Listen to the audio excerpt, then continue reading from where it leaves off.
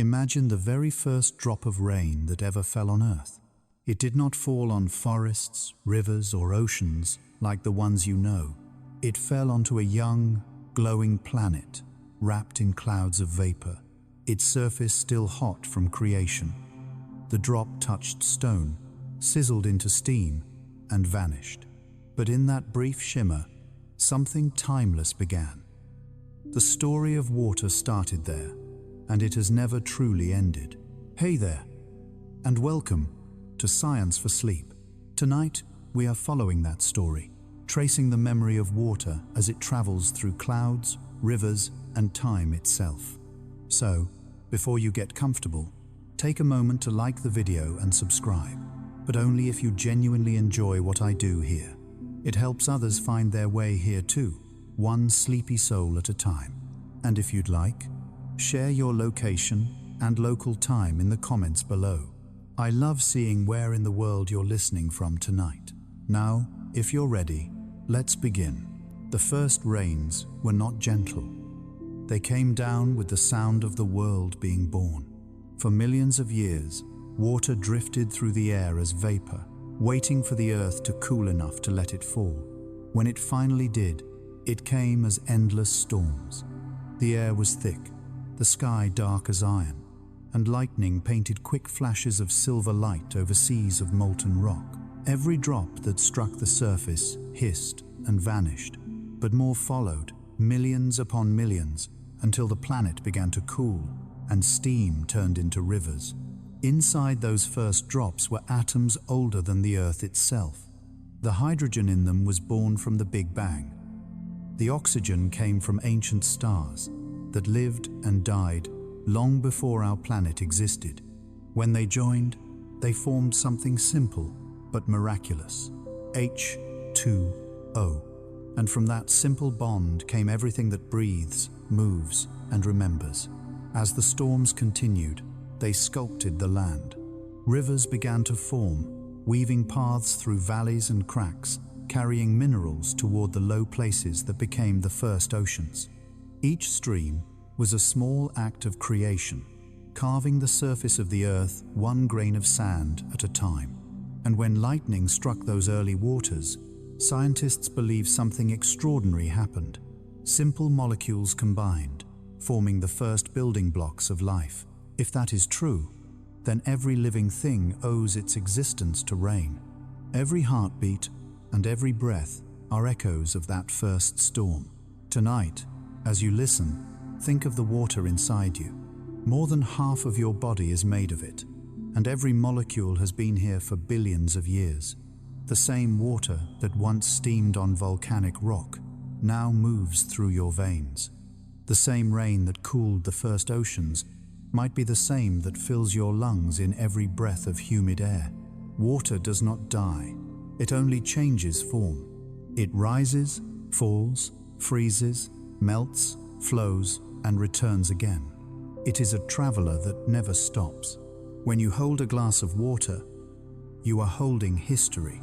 Some of those molecules may have once floated in a cloud above the Pacific. Others may have been locked in an iceberg 10,000 years ago, or hidden deep underground in ancient rock. Every drop carries a memory of where it has been. It remembers the heat of stars, the chill of glaciers, the rhythm of tides, and the quiet fall of rain over deserts and forests alike. You can think of it as Earth's own bloodstream. It moves through everything, linking the past and the present. When rain touches the ground, it wakes seeds, shapes rivers, fills the air with the scent of life, and eventually finds its way back to the sky. It is a perfect cycle that has never stopped. Imagine for a moment that you are standing in a quiet field. The sky above is heavy with grey clouds. The first drop falls, cool against your skin. Another follows, and another. The world slows down, and all you can hear is the soft sound of rain touching leaves and earth. That sound is more than weather. It is memory. It is the same rhythm that fell on mountains before they had names, the same sound that whispered over oceans before there were cities or lights. There is something calming about knowing that water remembers. It remembers the shape of the land, the pull of gravity, the warmth of the Sunday. It carries that memory wherever it goes, passing it quietly from one form to another. Even as a raindrop falls, it already knows where it will go next, into soil, into rivers, into clouds again. Some cultures say water has a spirit. They describe it as patient, gentle, and wise. The Taoists saw it as the perfect teacher because it yields but never breaks. It adapts to every shape it touches. It wears down the hardest stone, not by force, but by persistence. In every drop, there is a lesson about time, softness, and endurance. When you listen to rain, you are listening to the oldest voice on earth. It is a sound that connects you to everything that ever lived, because everything that ever lived has needed it. And when you sleep tonight, that same water will still be flowing somewhere in rivers, in clouds, in the quiet pulse of your own heart. So let yourself rest, knowing that the same water that fell in the beginning still falls now. It will fall again long after we are gone, remembering everything it has ever touched, because the first drop never truly disappeared. It simply became the world. Close your eyes for a moment and imagine standing beneath a vast, endless sky.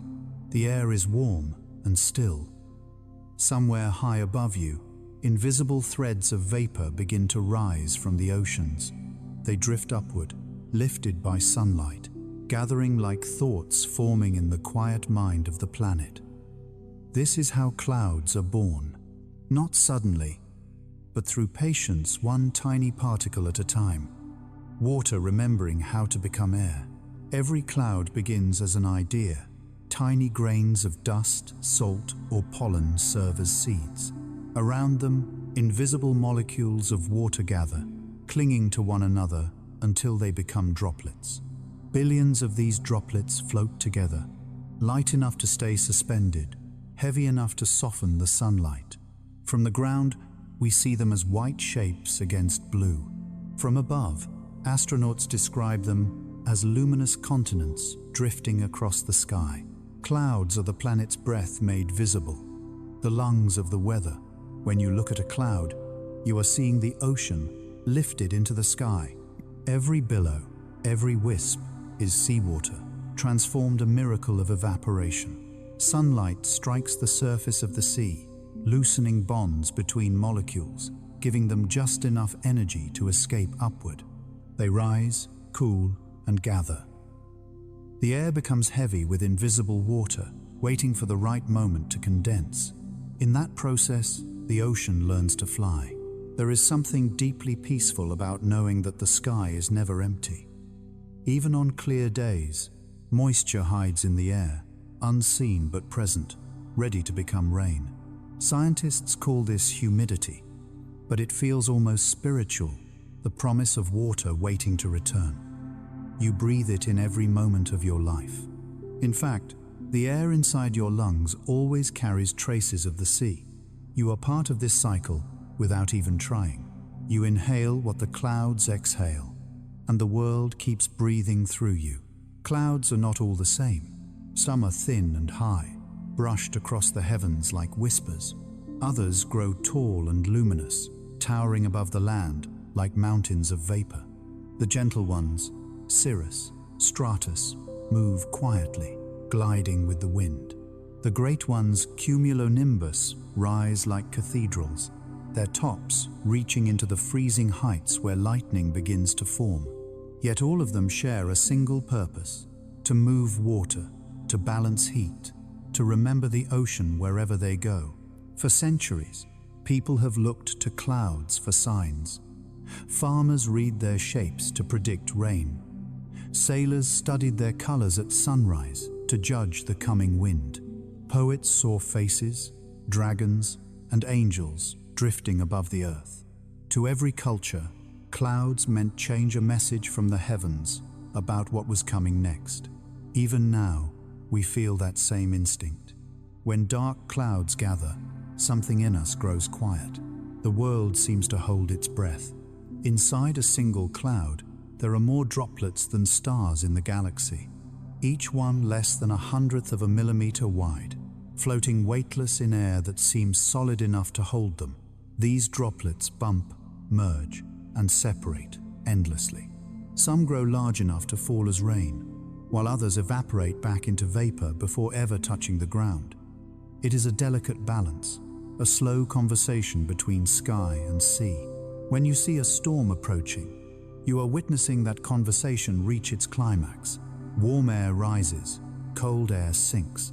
Currents twist and spiral, building energy until droplets collide, charge, and spark. Thunder is the sound of that energy being released, the sky's heartbeat made audible. Lightning, in its brief, dazzling flash, returns nitrogen to the soil, feeding the roots of plants far below. Even destruction nourishes life. But not all clouds bring storms. Some only bring shade. On a summer afternoon, a drifting cloud can cool an entire valley, dimming the sun just enough for the earth to breathe again. The gentle shadow it casts moves across hills and rivers like a slow wave, touching everything in its path. When you stand beneath it, you feel that change, a sudden softness in the air, a calm that lasts only a minute but feels eternal. There is poetry hidden in the way clouds move. They never struggle, never resist. They go where the wind carries them. When the air rises, they grow. When it sinks, they fade. Their strength lies in their ability to change without fear. The Taoist sages once said that to live like water is wisdom, but to live like clouds is freedom. From the highest cirrus clouds that shimmer 20 miles above the ground to the fog that brushes your skin on a cool morning, all are part of the same endless breath. When clouds dissolve, their moisture does not vanish. It drifts downward, returning to the rivers, the soil, the leaves. When they form again, that same water may rise from a lake, a flower, or the surface of your skin. Everything cycles back into the sky eventually. At night, clouds glow softly under moonlight. They move in silence, unseen by most, shaping the world's temperature as we sleep. Even in darkness, they work trapping warmth, guiding wind, carrying the memory of daytime storms into dawn.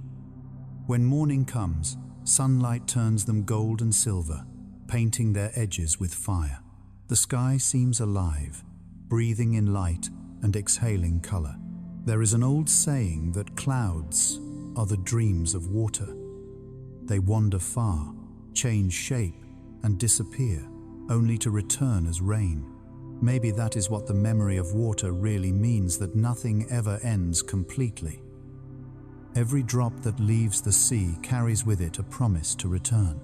The journey is long, but the purpose is simple: to keep the planet alive, one breath at a time. As you lie here tonight, listening to the quiet, think about that breath moving through you. The air that fills your lungs has drifted across oceans, through clouds, over forests and mountains. It carries the trace of rain and the scent of life. You are part of Earth's respiration, a single note in a melody that has been playing since the beginning of time. So, if you feel the weight of the day, let it go. Let your breathing slow, gentle as vapor rising. The clouds are forming somewhere above you, even now, gathering sunlight and salt and silence. Soon they will fall again, and the cycle will continue. The sky remembers, the water remembers, and tonight perhaps, so do you. Picture a single drop of water, small enough to rest on your fingertip, yet vast in history. Within it, countless journeys are stored: mountain storms, hidden springs, waves that broke on forgotten shores. Every drop is a traveler, an ancient pilgrim of the planet, moving through endless transformation. When it falls from a cloud, it begins a quiet adventure. Gravity takes hold, drawing it downward through layers of wind and dust. It meets the air's invisible currents, spins, trembles, and gathers speed. The surface of the drop stretches and reshapes itself, a living sphere of reflection. Light bends through it, scattering colors that form the arc of a rainbow. It carries the memory of sunlight, even as it descends into shadow. The drop lands, and the story continues. Some fall into the open sea, returning home at once. Others meet leaves, roofs, and soil, beginning long detours through the skin of the world. When it touches earth, the drop becomes many things, at once nourishment, erosion, reflection. It feeds roots, darkens stone, and teaches dust how to bloom. Every drop that touches soil begins to move inward. It seeps through pores of sand and clay, following invisible paths. This slow descent can take seconds or centuries. It might settle deep underground in a quiet aquifer, where it will rest for thousands of years before rising again. The world above may change completely, but the drop will remember. It will wait in silence until the time comes to rise, drawn upward through roots or springs, reborn into the open air. Some droplets choose a brighter path. They join others and form a stream. Their union gives birth to flow the first hint of a river's voice. Together, they move over pebbles and moss, shaping the ground with every twist and turn. The soft sound you hear beside a creek is not just water. It is time, carved into motion. If you followed one droplet from its birth, in the clouds to its end in the sea, you would witness the full cycle of existence. It would fall, run, rest, rise, and fall again. The cycle could take minutes or millennia. Water does not hurry, it only continues. Each phase teaches it something different: the patience of stone, the lightness of vapor, the calm persistence of rivers. Scientists call this the hydrologic cycle. Poets call it memory, because the path is not random. The same molecules repeat the same motions endlessly, yet always with slight variations, like music played anew each time. Evaporation, condensation, precipitation, flow. The same four words describe the oldest dance on Earth. Some droplets find themselves locked in ice, frozen inside glaciers that grind mountains into dust. For them, time moves slowly, almost not at all. A single snowflake that fell before the first human civilization may still be sleeping in polar ice. When it melts and flows into the sea, it carries that frozen memory forward, joining younger water in the same song. Others are drawn into living things. Plants drink them through roots. Leaves release them into the air. Animals consume them, breathe them, become them. Even your own body is a temporary home for countless drops. They enter through your lips, wander through your veins, and leave again as breath or sweat or tears. When you cry, a piece of the ocean leaves you. It is humbling to think that no water is ever truly new. The same rain that once fell on dinosaurs may now flow from your faucet. The same drop that cooled volcanic rock might one day rest on your palm during a summer storm.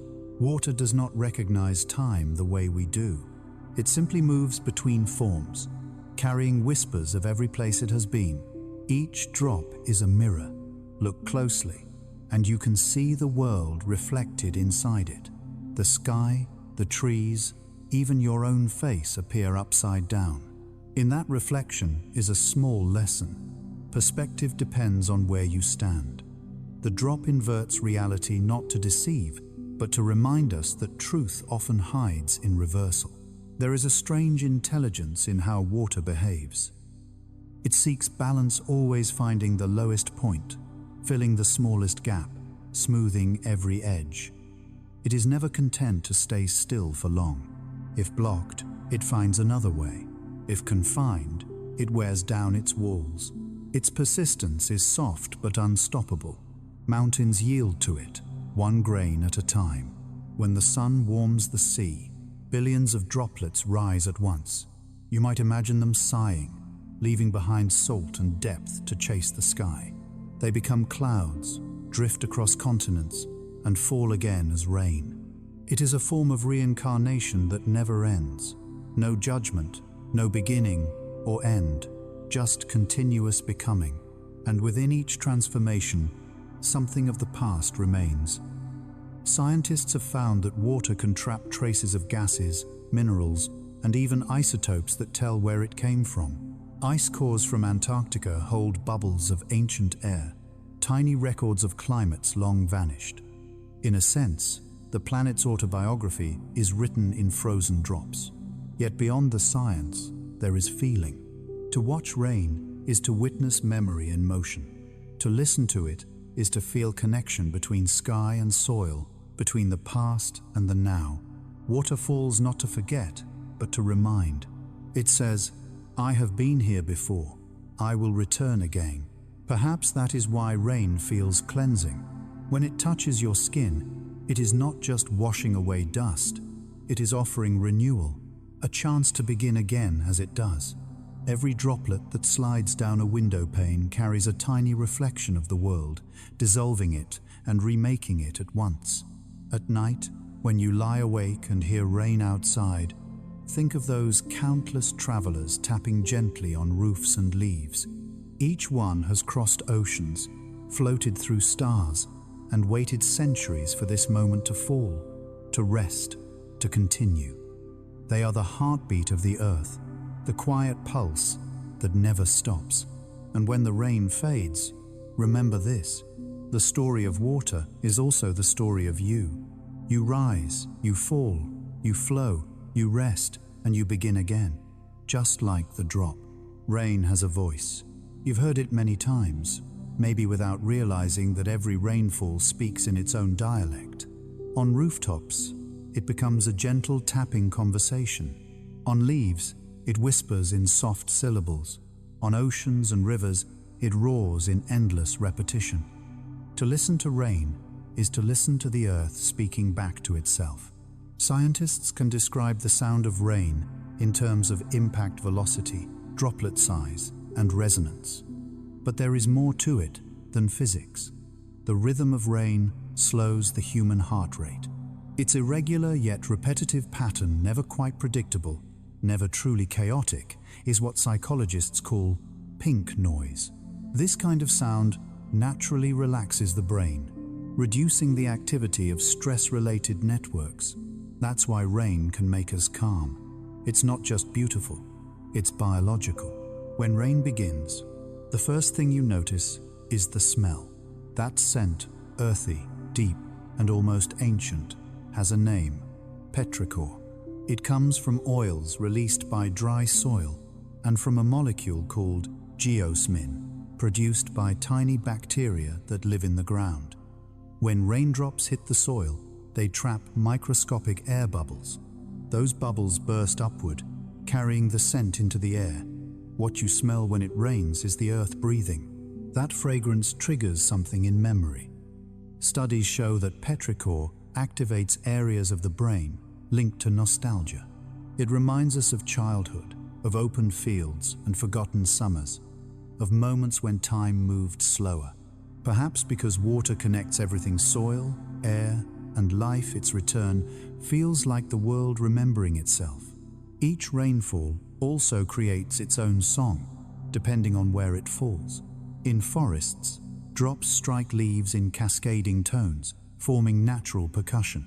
In deserts, they fall on sand with a soft hiss, like whispering breath. Over cities, rain becomes mechanical, 1,000 rhythms echoing against metal, glass, and stone. And when it hits water, something magical happens. Every droplet makes a tiny bubble that pops, releasing sound frequencies so subtle they merge into a single continuous hum. That hum has been recorded from space, a planetary signature of falling rain. Rain is a sculptor too. As it falls, it reshapes the world quietly. It polishes rocks, carves riverbanks, deepens soil, and feeds roots. To the untrained eye, it looks like erosion. But to time itself, it is creation. Water doesn't destroy, it transforms. It moves matter from one form to another, wearing down what is old so that something new can grow. Some cultures believed rain was divine speech. In ancient Mesopotamia, storms were seen as the gods arguing. The Mayans called rain the laughter of the sky. In Japan, poets compared its sound to the plucking of a stringed instrument, soft, deliberate, and eternal. Even today, in every language, rain is among the most universal metaphors for renewal. When it comes, we listen. When it stops, we wait for its return. There is also rhythm in how rain begins and ends. It never truly starts all at once. It builds in layers.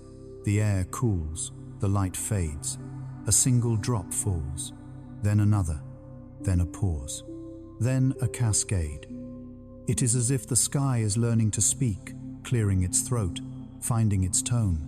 And when the storm finally ends, the silence that follows is not emptiness, but relief, the pause between sentences in the language of water. If you stand still in the rain, you can feel more than wetness. You can feel connection.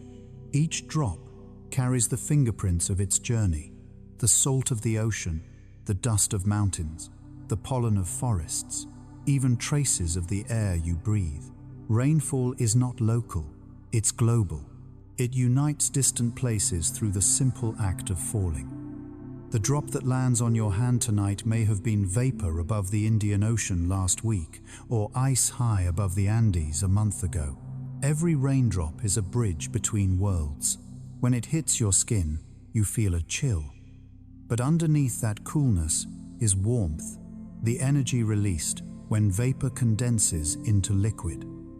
That small burst of heat travels through the air and into your body. It's part of why rainfall feels strangely alive. You are not just being touched by water, you are sharing energy with the sky. Rain also has light hidden inside it. When sunlight meets droplets at just the right angle, it bends, scatters, and returns as color. A rainbow is not really in the sky, it is in your eye. The arc exists only from your point of view, a private message from physics and poetry combined. Every color you see is sunlight remembering water. At night, under streetlights or moonlight, each raindrop becomes a tiny lens. It catches light, magnifies it, and lets it fall again.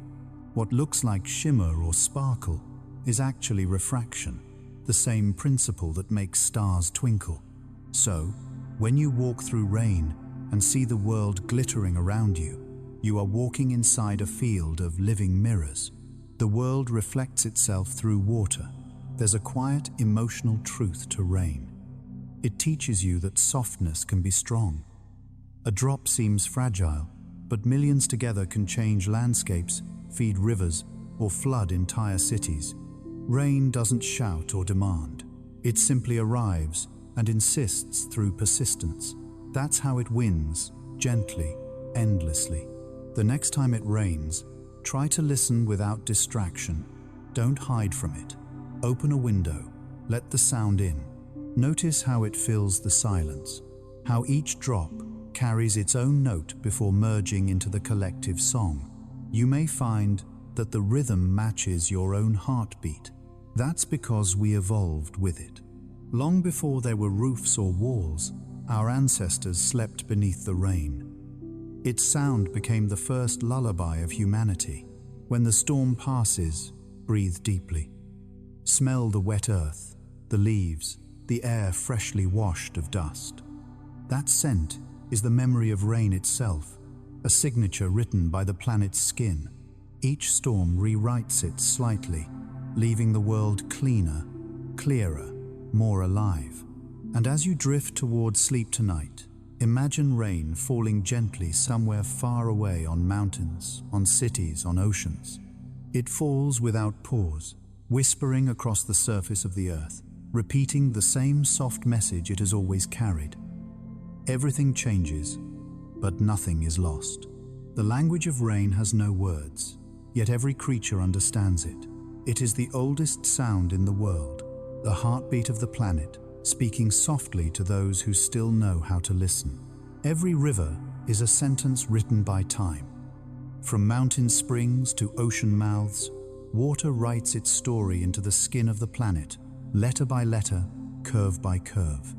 If you could read the earth like a book, rivers would be its handwriting, flowing across pages of stone and soil. A river begins in silence.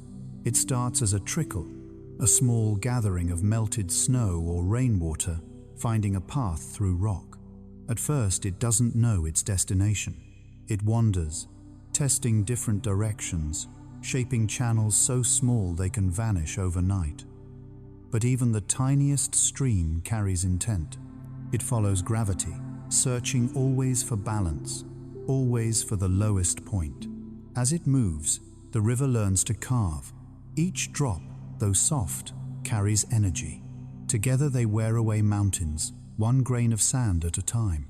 The longer the journey, the deeper the story. Over centuries, valleys open, cliffs collapse, and wide plains form. What looks to us like stillness, a canyon wall, a desert plain, is the long echo of flowing water. The Colorado River carved the Grand Canyon, not through power, but persistence. The Nile sculpted Egypt's history, gifting it floods that became civilization. The Ganges, the Amazon, the Mekong, each one shaped entire cultures and gave birth to myths. Rivers are not just water, they are memory and motion combined. When rain becomes river, something extraordinary happens. The chaos of falling water turns into order. The river finds rhythm. It flows faster in the middle, slower at the edges. It bends naturally around obstacles instead of fighting them. This pattern, called meandering, is a form of wisdom. By curving, the river travels farther but works less. It teaches that sometimes the longest route is the gentlest one. If you stand beside a river long enough, you begin to hear its personality. Some sing sharply over rocks, others hum in deep tones through slow-moving bends. The sound depends on the width, the depth, and the shape of the bed. Scientists call these acoustic signatures, but to human ears, they are voices distinct and alive. Rivers are also artists. They paint landscapes in motion. Each bend, ripple, and delta is a brushstroke of erosion and sediment. Where the current slows, it drops grains of sand and silt, building new ground. Entire islands rise from the patience of rivers. In deltas like the Nile or the Mississippi, the earth literally grows from the fingertips of flowing water. And yet, even as they build, rivers never hold still. They shift, split, merge, disappear, and are born again. A river seen today may not be the same tomorrow. Floods redraw its boundaries. Droughts expose its bones. It is constant change disguised as stability. If you trace a river to its source, you often find humility, a spring bubbling from stone, quiet and unremarkable. From that small beginning comes something that can move continents. It's a reminder that scale means little to nature. Great things begin in stillness. Animals understand this well. Salmon return to the rivers of their birth, guided by magnetic memory. Elephants travel along ancient dry riverbeds, knowing that water still sleeps beneath the surface. Birds follow rivers like invisible roads through the sky. Even humanity built its first settlements beside rivers, learning to live by their moods. We are river people, whether we remember it or not. Rivers have always been both generous and dangerous. They feed fields, fill wells, and connect worlds. But when they rise, they remind us who truly shapes the land. Floods are not acts of anger, they are corrections. Water reclaims its space when balance is lost. Ancient farmers in Mesopotamia learned this rhythm and built calendars around it. The floods came, the soil renewed, and life began again. Renewal and destruction were one and the same. In modern times, we try to cage rivers with dams and walls. We turn their wild flow into reservoirs, power plants, and irrigation channels. But even concrete cannot silence them forever. Behind every dam, water waits with patient strength. Given enough time, it will find another path, as it always has. You can guide a river, but you can't own it. Under sunlight, a river looks alive, its surface glittering, restless, shifting from blue to silver to gold. Beneath that surface, a hidden world thrives. Microorganisms clean the water. Fish migrate with the current. Roots from trees drink quietly along the banks. In this constant motion, life learns to adapt. A river is both habitat and teacher, reminding everything it touches to keep moving. At night, rivers glow faintly under moonlight. The water mirrors the sky so perfectly that stars seem to flow inside it. Ancient travelers used rivers as maps, following their reflections when no roads existed. In the stillness of night, the line between heaven and water disappears. You can almost believe the river is carrying pieces of the sky downstream. Every bend of a river holds a lesson in patience. It does not rush toward the sea in a straight line. It sways. It slows where the current weakens, turns where resistance grows. Over time, this movement creates oxbow lakes, the ghostly remnants of old paths. They are the river's memories, still shining quietly beside its new course. If you listen carefully, you can hear more than sound. You can hear story. The river speaks in repetition, retelling its journey with each ripple. It speaks of mountains that once stood taller, forests that once grew denser, civilizations that rose and fell along its banks. And still, it flows. There's a reason so many cultures describe life as a river. We start somewhere small, gather experiences as we go, and eventually return to something vast and unmeasured. We carry pieces of what we touch and leave pieces of ourselves behind. We merge, divide, and rejoin. And in the end, like every river, we reach the sea. When you next walk beside one, stop for a moment. Listen, watch the current move. What you are seeing is time itself in motion. The handwriting of the earth, still writing, still flowing, still alive. If you've ever stood beside a river and listened carefully, you know that it never truly falls silent. Beneath the rush and ripple, there's a deeper music playing a rhythm older than language, a song composed of water and time. Every current, every swirl and splash adds a note to the melody. What you hear is the heartbeat of the earth translated into sound. Rivers do not simply flow, they perform. The surface sparkles with light while underneath, currents twist and tumble over stones, each collision producing a vibration. When thousands of these vibrations overlap, they form what scientists call river soundscapes. To the human ear, it's soothing. To the creatures who live there, it's communication. Fish sense the vibrations as navigation. Frogs use the rhythm to time their calls. Even insects dance upon the surface, guided by ripples of invisible percussion. Close your eyes and imagine the texture of that sound. It's not one single tone, but many high notes from trickles and foam, low notes from deep bends and hidden pools. When rain joins in, it becomes a symphony. The pitter of droplets, the rush of runoff, the sudden roar of swollen water, all merging into harmony. Nature is never quiet. It simply plays music too vast for us to hear all at once.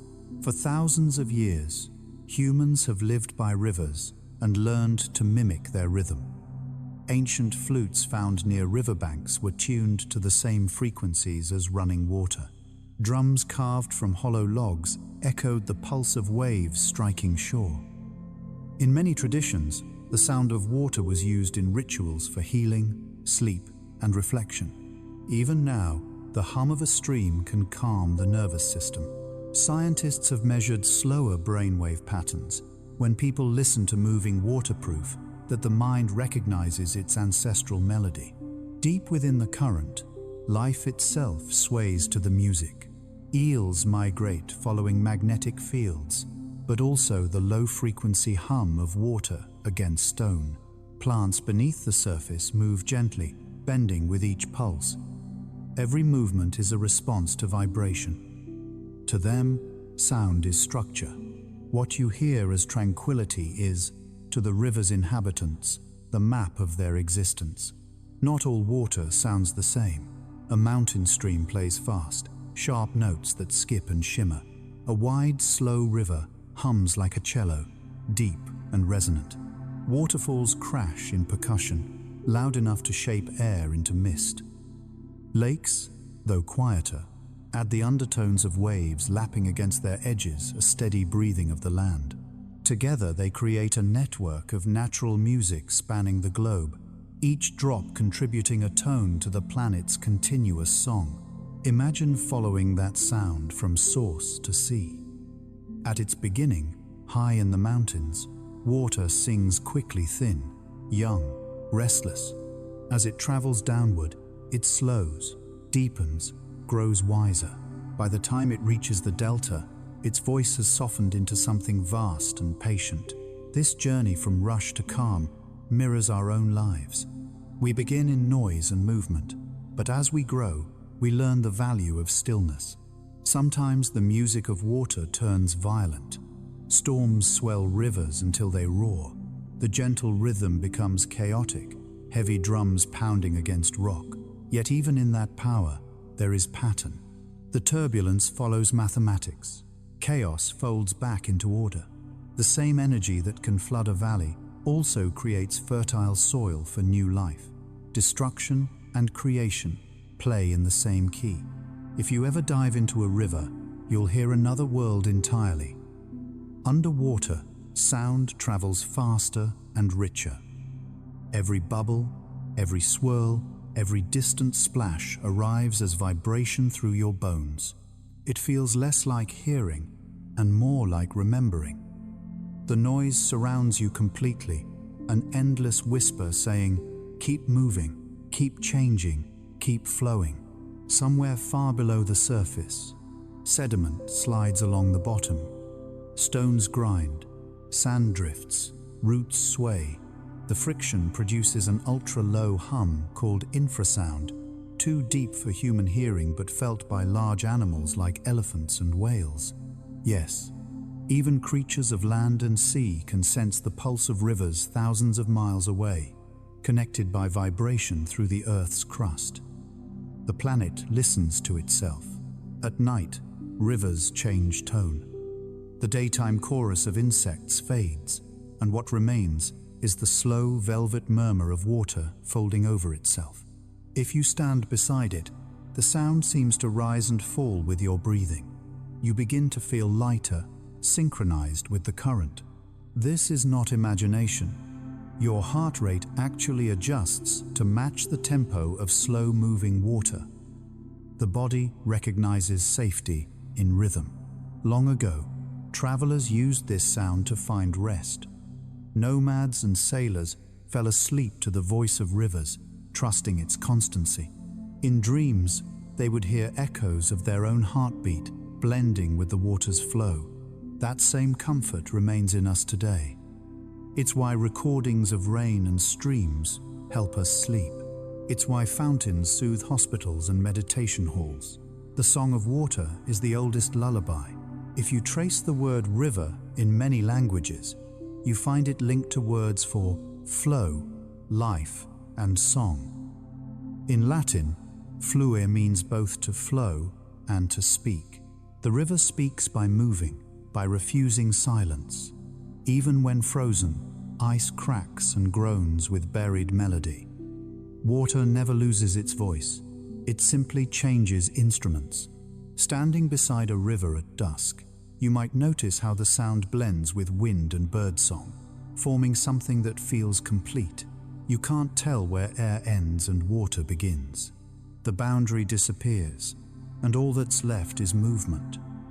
In that moment, the world feels whole. This is the music beneath the current, the song that never stops playing, even when no one listens.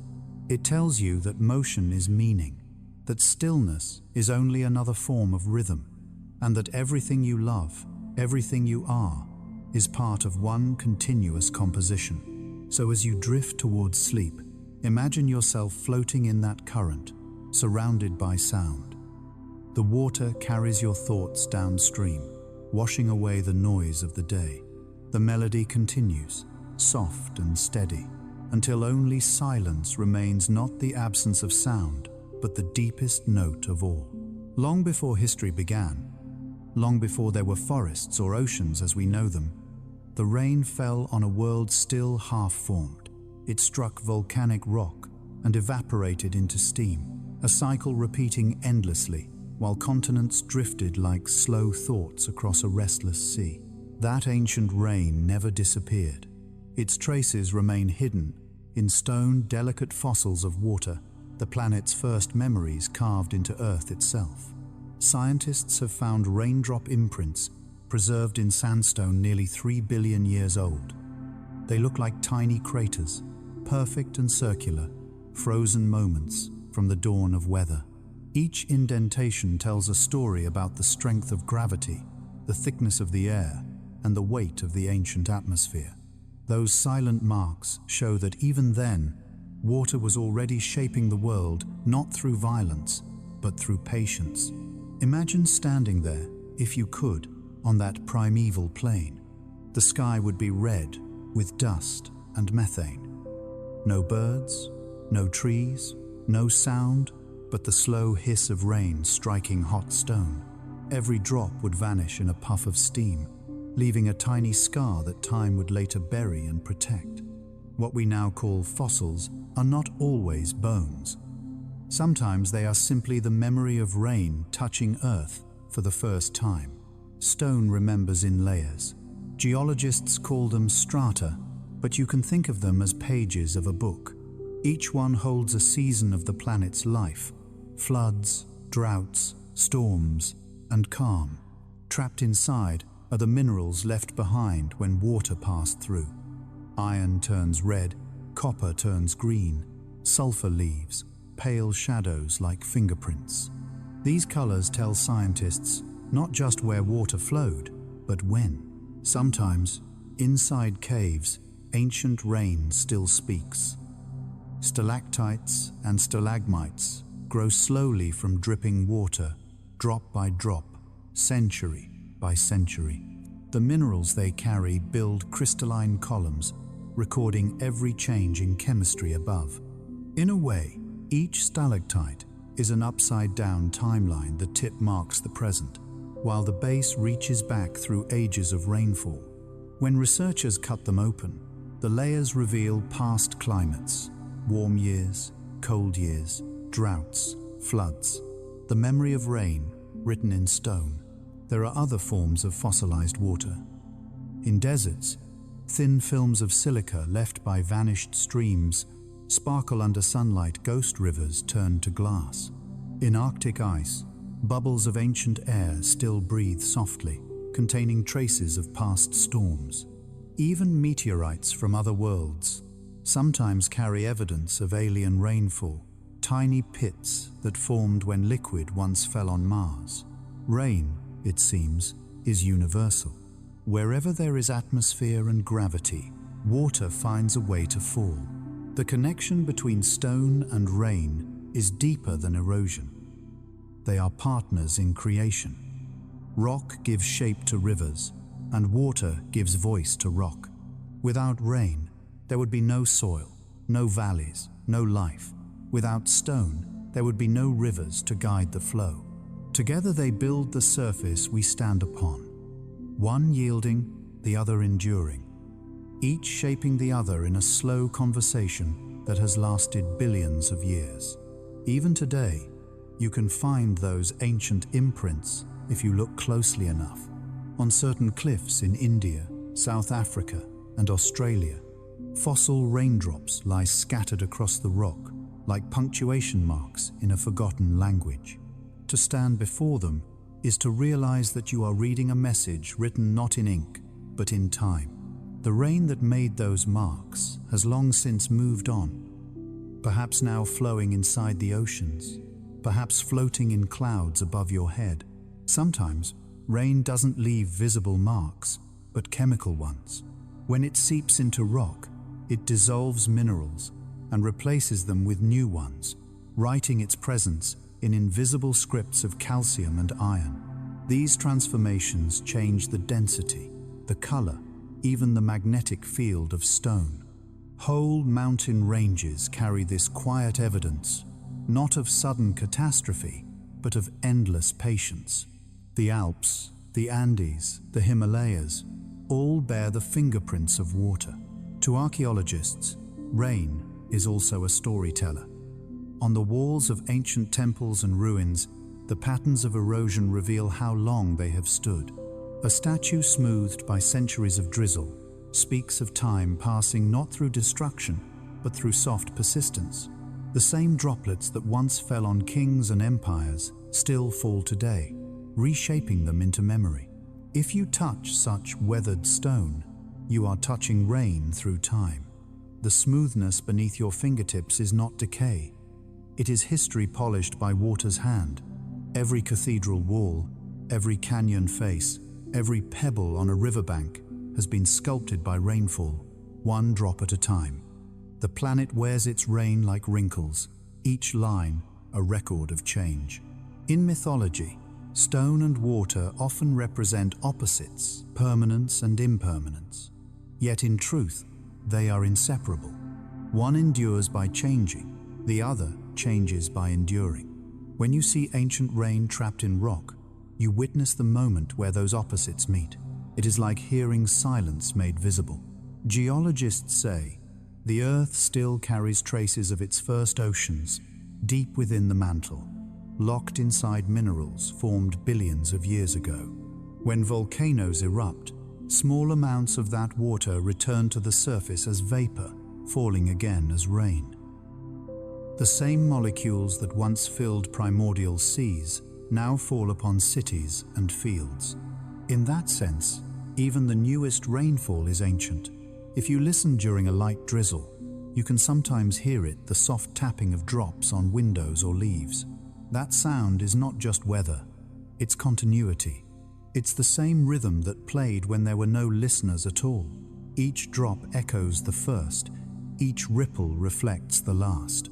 As you rest tonight, think of the stones beneath your feet, layers upon layers of quiet memory.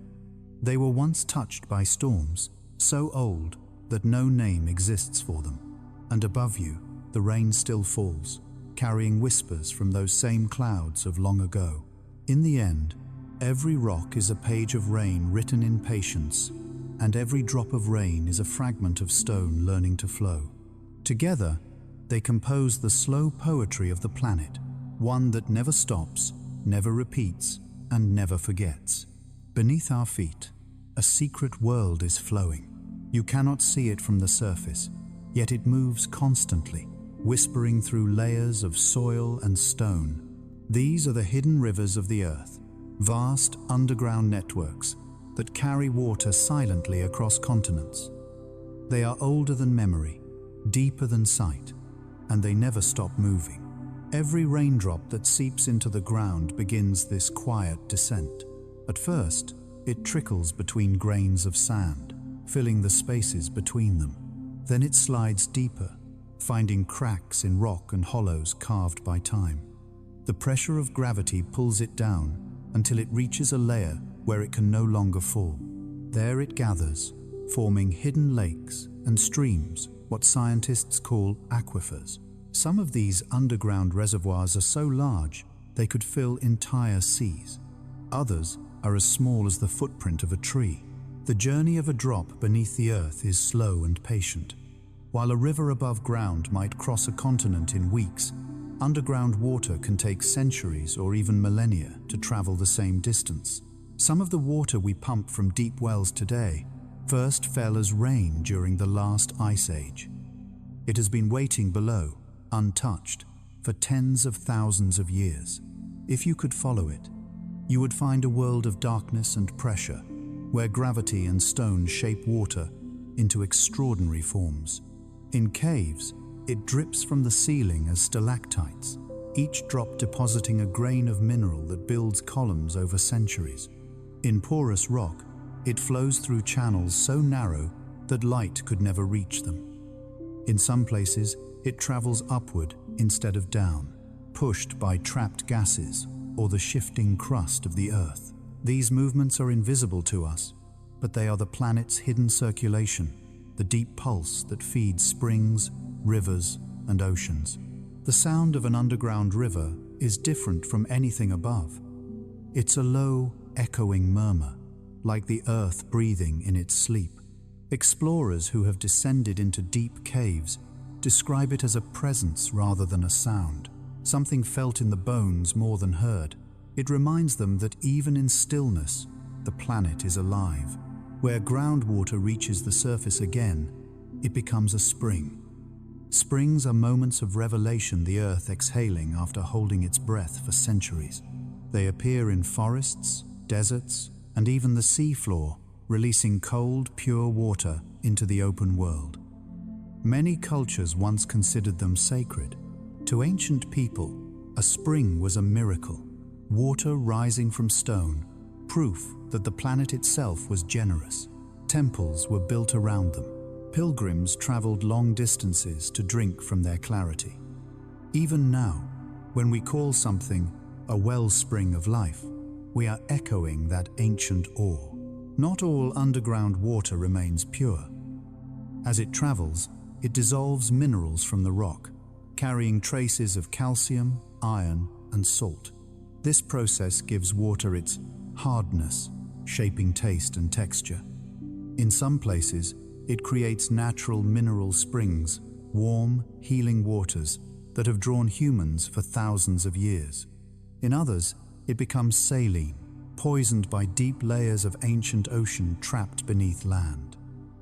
The Earth's memory of its own seas still lingers underground. Beneath deserts, hidden aquifers form silent oases that defy the landscape above. The Sahara, though dry, rests on a vast sea of buried water, a remnant of a time when the region was green and fertile. Beneath Australia, ancient rivers still flow under sand dunes, connecting long-vanished lakes. Even beneath the polar ice caps, liquid water survives in sealed lakes, warmed by the planet's internal heat. Life has been found there, tiny organisms thriving without sunlight, sustained only by minerals and time. Water, it seems, refuses extinction. Humans have always searched for these hidden rivers. In ancient China, dowsers walked the land with forked branches, claiming to sense the pull of underground streams. In the Middle East, engineers built qanats, gently sloping tunnels that guided water from mountain aquifers to cities far away. In the American West, pioneers followed the tracks of green vegetation, knowing that where plants flourished, unseen rivers moved below. Our survival has always depended on finding what lies beneath. Today, we can map these waters using satellites and sensors, but technology only reveals what nature already knew, that the planet's surface is just one face of a much deeper system. Every drop that falls eventually finds its way downward, feeding roots, soil, and stone. Groundwater sustains forests, fills wells, and keeps rivers alive, even during drought. Without it, the surface world would wither. In many ways, these hidden rivers behave like the subconscious mind of the earth.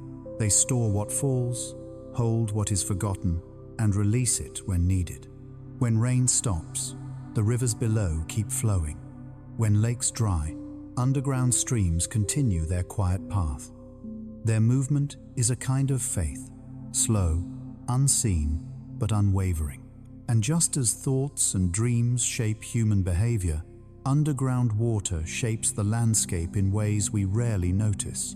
Sinkholes, caverns, fertile valleys, all are products of invisible erosion.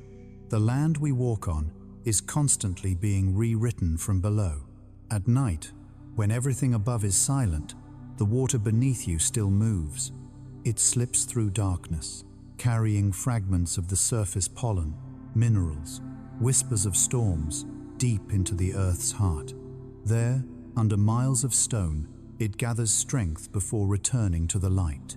The next time you drink from a spring or a glass of well water, remember that what touches your lips once traveled through the unseen veins of the planet. In the end, the hidden rivers underground remind us of one simple truth, that not everything alive can be seen.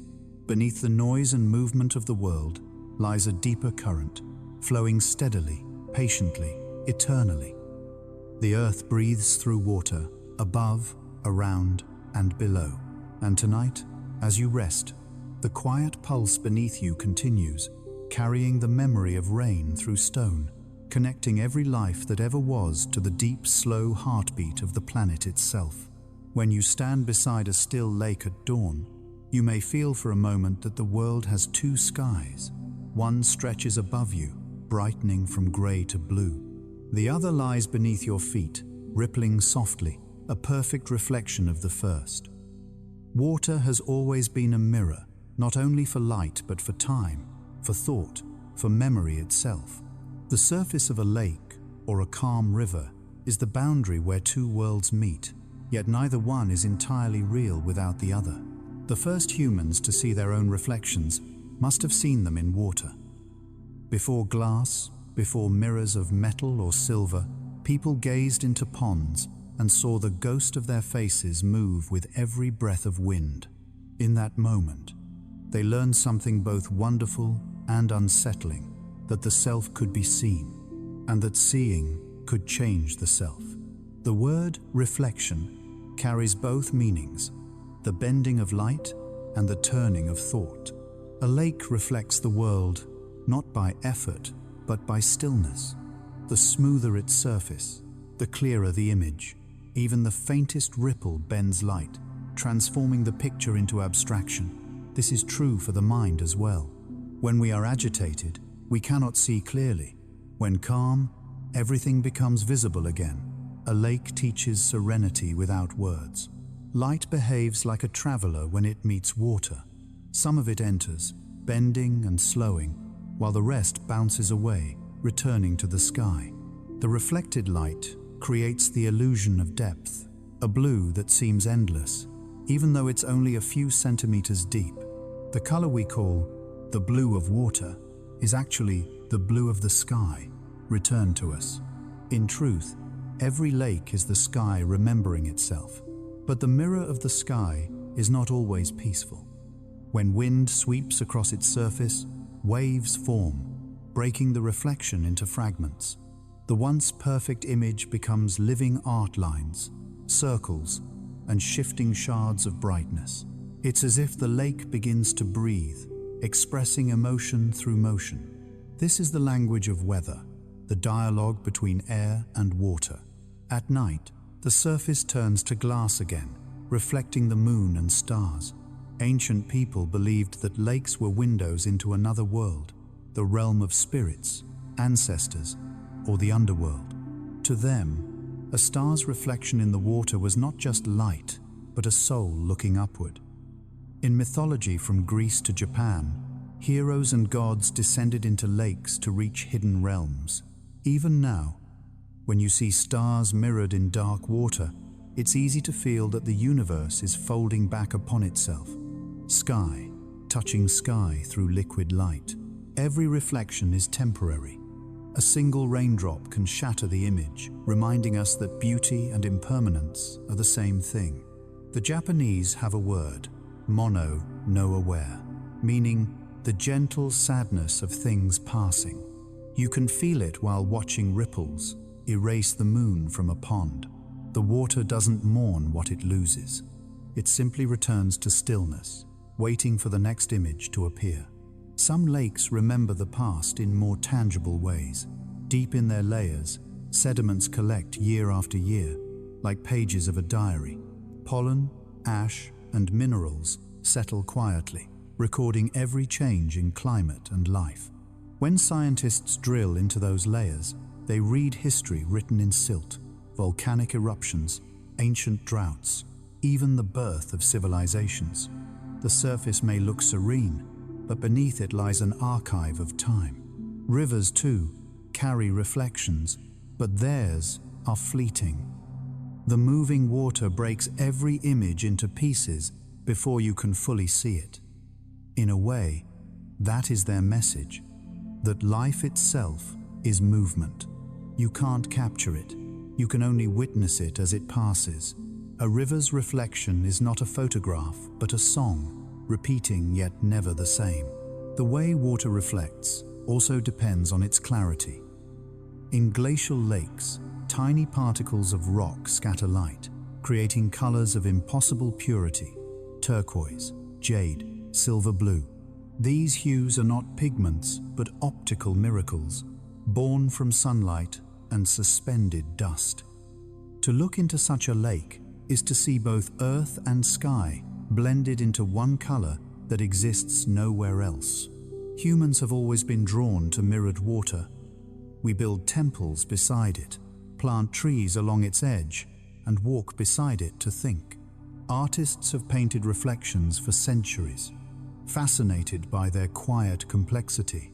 Monet's water lilies, Turner's golden rivers, the mirrored palaces of Rajasthan all are tributes to the same truth. Water makes light visible. There is a special kind of silence near calm water. It is not the absence of sound, but the soft absorption of it.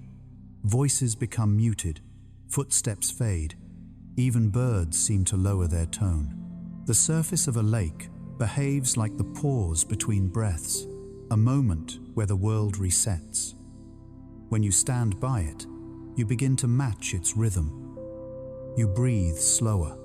Thoughts loosen. The reflection in front of you becomes an inward mirror.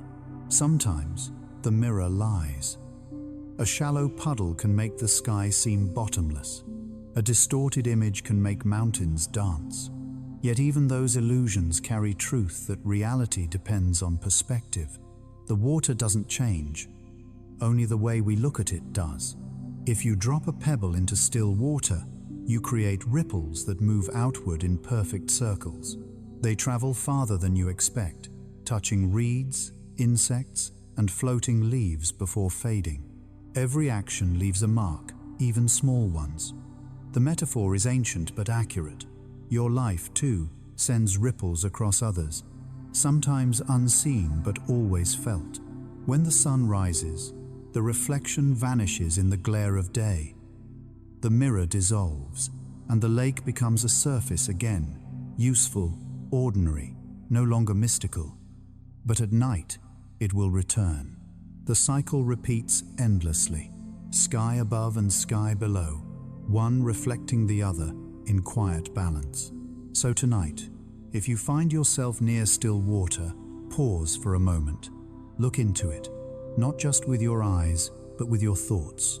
What you see there, the clouds, the stars, your own reflection, is not just an image, it's proof that the world is both above and within you. The mirror of the sky doesn't just reflect the heavens, it reflects everything that looks back. Every human being is a walking ocean. The same water that carved canyons and filled ancient seas now flows quietly inside you. More than half of your body is made of its salt, minerals, and molecules as old as the planet itself. When you move, when you breathe, even when you dream, the river within you continues its endless journey. The story of water is the story of life. Every cell in your body floats in a tiny internal sea, surrounded by fluid that carries nutrients, messages, and memories. This internal ocean connects trillions of cells together, allowing them to act as one being. In a sense, you are not a single organism, but a colony of oceans contained within skin. Think about your heartbeat for a moment. With every pulse, blood, mostly water, moves through 60,000 miles of vessels, traveling farther than the distance around the Earth. This silent river delivers oxygen to every corner of you. It picks up carbon dioxide, waste, and heat, then carries them away like a faithful stream cleaning its bed. The pulse you feel in your wrist is the soundless echo of tides moving inside. If you could shrink down and travel inside your bloodstream, you would see a world of current and flow. Red blood cells drift like tiny boats, bending and swirling with each heartbeat. White blood cells patrol like slow, deliberate fish. Plasma glows with dissolved salts, sugars, and proteins, reflecting light in shimmering gold. It would look less like biology and more like a galaxy of liquid stars, flowing through corridors made of living tissue. Just as rivers shape land, water shapes you.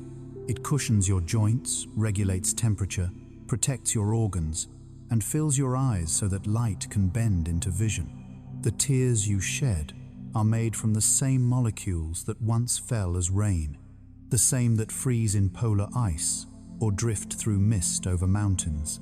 Every emotion leaves traces in water: joy, grief, calm, each translated into chemical signals, each return to the river inside. When you breathe out, you release invisible vapor. Each exhale carries water back into the air, tiny clouds rising from your lungs to join the atmosphere. You may not notice it, but you are constantly giving back to the sky. In the same way, when you drink, you welcome the planet back into yourself. The exchange never stops. You are part of the water cycle, not separate from it. Consider this. The hydrogen in your body's water is 13.8 billion years old. It was born in the first seconds after the Big Bang. The oxygen joined later, forged in the heart of dying stars. Those two elements met in space, danced through comets and clouds, fell to Earth as rain, and eventually found their way into you. Every sip you take is starlight transformed. That is why ancient philosophers called water sacred. To them, it was not merely a substance, but a spirit, an element that remembered creation. The Greek thinker Thales believed all life began from water. In Hindu scriptures, the universe floats on a cosmic ocean called Narayana. In African traditions, rivers and lakes are considered living ancestors. Even modern science, in its quiet way, agrees. Without water, consciousness could never exist. When you cry, your tears carry salt, the same salt found in oceans.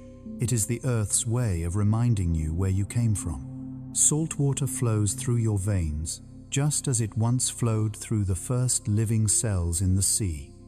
You are a fragment of that ocean, made flesh. Your heartbeat follows the rhythm of tides. The average human heart beats about 70 times per minute, almost the same as the gentle pulse of waves on a calm shore. Even your brain waves, those invisible ripples of thought, mimic the oscillation of water. The connection is not poetic metaphor. It is biological memory. We carry the sea within us because we were born from it. When you sweat, your body cools itself by evaporation, the same process that cools the earth when oceans release vapor to form clouds. When you drink, you perform rainfall in reverse, bringing the sky back down to earth. Everything about you participates in the same choreography as rivers and storms. The next time you drink a glass of water, pause before you swallow. Feel the coolness on your tongue, the way it slips down your throat without resistance. That sensation is life continuing. You are replenishing the same river that has always flowed through you. Within minutes, that water will enter your bloodstream, join your cells, and become part of your body's tides. In a few days, it will leave again through breath, sweat, or tears, returning to the cycle that never ends. If you were to map this invisible flow, you'd see patterns almost identical to those in nature. Your arteries branch like tree roots, your veins mirror river deltas, and your lungs resemble coral reefs. The microcosm inside reflects the macrocosm outside. What you are is what the world is. The same blueprint repeats from cell to sea. This is why meditation often uses breath and water as metaphors for awareness. To breathe slowly is to feel the tide within you. To listen to your heartbeat is to hear the river's rhythm. The stillness you find there is not emptiness. It's the ocean pausing between waves. When you sleep, your body continues to flow. The heart beats, the blood moves, the lungs rise and fall like tides. Even in stillness, motion continues. You are a river dreaming of itself. Sometimes people speak of cleansing, of wanting to wash away what burdens them. In truth, you already do. The water in your body is constantly renewing. In just a few weeks, almost every drop will be replaced. You are never the same person twice, and yet you always remain yourself. That is the paradox of water. It changes everything it touches, but loses nothing of its essence. So tonight, when you lie down to rest, listen to that quiet rhythm inside you. Feel your pulse, steady and sure. That is the echo of ancient seas, the whisper of rain, the flow of rivers that began long before you and will continue long after. The river within you does not end, it only returns. And as you drift into sleep, remember this simple truth: you are mostly water, and water never forgets. Before a single drop touches the ground, the world begins to change. The air thickens, cooler, heavier, the wind slows. Then comes that scent, the quiet signal that rain is near. It drifts across fields, over stone and asphalt alike, unmistakable and ancient. Humans can sense it long before the first drop falls. We close our eyes, breathe deeply, and feel a strange calm settle in. The name for this fragrance is petrichor, from the Greek words for stone and essence. It means, quite literally, the spirit of the rocks. When scientists first described petrichor in the 1960 seconds, they found that it comes from tiny bacteria in the soil. These microbes produce a compound called geosmin, a molecule so powerful that our noses can detect it at concentrations lower than 1 part per trillion. When rain begins to fall, droplets trap air as they hit the ground, releasing microscopic bubbles that burst and send geosmin into the air. It's not just smell, it's sound, chemistry, and motion combined. A perfume created by contact between sky and earth. What's remarkable is that this scent predates humanity. Long before animals evolved, the same process was happening on ancient continents under alien skies. The earth has been exhaling petrichor for hundreds of millions of years. When you smell rain, you are breathing in the planet's oldest memory. That's why it feels emotional. The smell of rain triggers the limbic system, the part of the brain that stores memory and emotion. It recalls childhood, open windows, wet soil, and afternoons when the world felt infinite. Even people who grew up in cities can feel nostalgia for rain they've never known. It's a memory older than experience, woven into our biology. Every place has its own version of petrichor. In deserts, where months can pass without rain, the scent is sharper sun-baked dust meeting sudden coolness. In forests, it's sweet and green, mixed with the oils of pine and moss. In cities, it carries traces of stone, metal, and smoke. Yet the feeling is always the same. The world pauses, exhales, and softens. Animals respond too. Ants retreat to their tunnels. Birds fall silent. Snakes emerge to drink. Even plants prepare, shifting their pores to absorb moisture. Petrichor is more than fragrance. It is communication. The whole ecosystem knows that water is coming. If you could watch the process in slow motion, it would look like alchemy. The first drops strike dry ground, lifting dust into miniature clouds. The soil darkens, expanding as it drinks. Steam rises like breath. The air fills with invisible movement ions, aerosols, tiny sparks of static that tickle your skin. You can feel the atmosphere rearranging itself, balancing pressure and charge. The scent you notice is only one note in a larger symphony. After the rain begins, the fragrance deepens. The earth releases oils accumulated during the dry days, like ink from a pen. The longer the drought, the stronger the perfume. And when sunlight returns after the storm, the scent changes again, softer, almost floral, a closing sigh after the drama of the rain. There's a reason we find peace in that smell. Petrichor tells us that renewal is happening. It promises that seeds will sprout, rivers will swell, and dust will become soil once more. For early humans, the scent meant survival, the return of water, food, and life. Over time, the brain learned to associate it with safety. That is why even now, thousands of years later, the smell of rain lowers heart rate and slows breathing. It's an instinct older than civilization. Sometimes you can smell rain before it even arrives, carried on the wind from storms miles away. This anticipation, that faint sweetness in the distance, is one of nature's most poetic gifts. It's as if the sky is sending a message. I'm coming. Be ready. When lightning joins the rain, the scent changes again. Electrical discharges split oxygen molecules, forming ozone, which adds a crisp, metallic tone to the air. The blend of ozone and petrichor is what you smell after a thunderstorm, clean, sharp, alive. It's the atmosphere itself, newly washed and rewoven. In literature, petrichor often symbolizes return and remembrance. Poets write of it as the smell of forgiveness, the scent of endings that begin again. After long hardship, the first rain becomes a blessing. Even the Bible speaks of the sweet savor of rain upon the fields. Across languages, rain's aroma is a metaphor for grace. But petrichor is not only a gift to the senses, it's a scientist's treasure. By studying its chemical composition, researchers can trace how soils form, how climates shift, even how life first took hold on land. Geosmin, the main compound, is produced by the same bacteria that helped create Earth's first breathable atmosphere.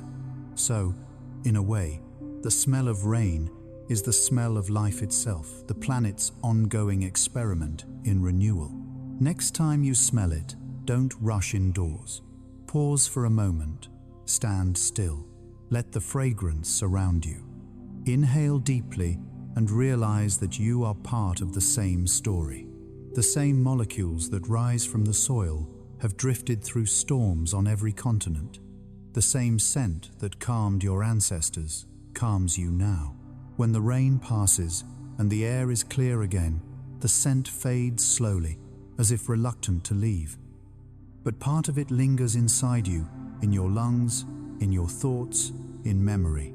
That's why even in dry seasons, we dream of rain. We crave its smell because we crave what it represents: renewal, continuity, life. So tonight, as you drift towards sleep, imagine that fragrance filling the air outside your window, the breath of the earth, after a long silence. It is not just rain you smell. It is time, awakening. It is the memory of everything that has ever fallen, rising again into your lungs, reminding you that nothing in nature is ever truly lost, only transformed.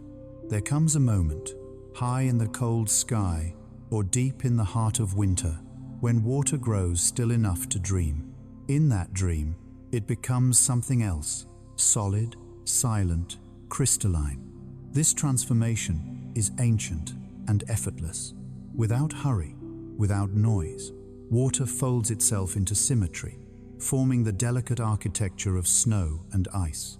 It is the same molecule, yet reborn as geometry. When you look at a snowflake, you are seeing water remembering order. Each flake begins as a tiny speck of dust floating in a cloud. Vapor gathers around it, freezing layer by layer into hexagonal perfection. No two snowflakes are identical because each forms under slightly different conditions of temperature, humidity, and wind. But they all share the same six-fold symmetry, a pattern written in the physics of hydrogen bonds. The same force that holds your cells together designs these frozen stars. In the upper atmosphere, where temperatures plunge below -20 degrees, these crystals drift like silent seeds. They collide, cling, and grow heavier until they begin their descent. A snowflake can travel miles before reaching the ground, changing shape as it falls through different layers of air. Some become plates, others needles or feathery dendrites.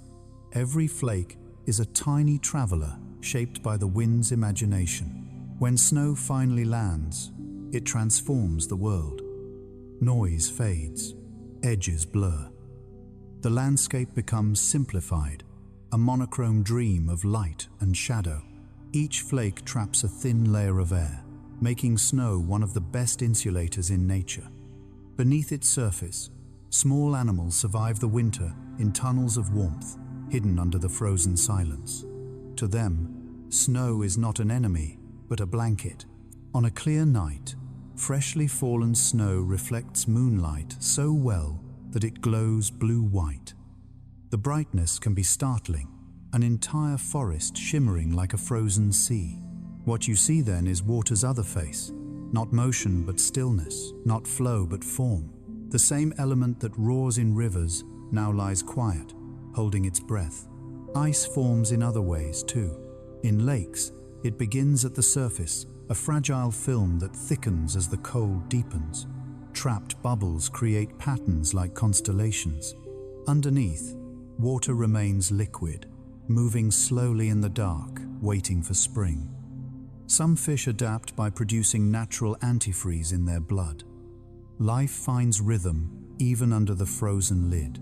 Glaciers are the slowest rivers on Earth.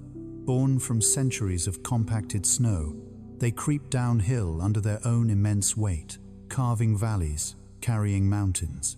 From afar they seem motionless, but beneath the surface they flow like time itself, relentless, patient, unstoppable. A glacier's journey may last thousands of years, grinding rock into fine powder that feeds fertile plains when the ice finally melts. Even in freezing, water creates life. In the polar regions, ice takes on the color of the sky. Blue light penetrates deeper than other wavelengths, scattering through layers of crystal until the whole world seems made of frozen twilight. Inside those glaciers, tiny bubbles trap air from ancient atmospheres. Scientists drill cores from the ice and read them like scrolls. Each layer records a year, snowfall, volcanoes, winds, and distant fires. It is the planet's diary, written in frozen script. Sometimes ice performs miracles of beauty. In caves, dripping water builds stalactites of crystal so clear they look like glass. On trees, frost forms feathery halos, sculpted by the breath of dawn. Even a puddle on a winter sidewalk can freeze into patterns that mimic veins or wings. These are fleeting artworks, erased with the first warmth of sunlight. Yet in their fragility lies perfection, a reminder that beauty often lasts only as long as silence. There is also danger in this dream. When rivers freeze, they trap movement beneath a hard shell. Pressure builds. The current pushes against its prison until cracks appear. The sound of breaking ice, sharp, deep, resonant, is like the earth exhaling after holding its breath too long. Water cannot stay asleep forever. The transformation from liquid to solid is more than a change of state. It is a rehearsal of renewal. When spring comes, thawing begins not with noise but with small shifts. Sunlight melts edges. Drops form and refreeze. Then suddenly the surface collapses and the river wakes, roaring with memory. The frozen dream ends and motion returns. In the far north, people speak of singing ice.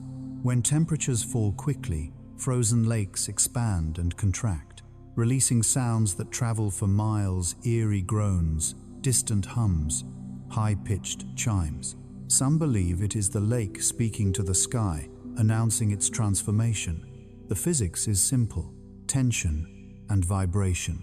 But to hear it in the still night is to feel awe, as if nature itself were alive with music. Even in its frozen form, water remains restless. Ice sublimates directly into vapor under the sun's gentle warmth, bypassing liquid entirely. A glacier's breath becomes cloud, cloud becomes snow, and the cycle continues.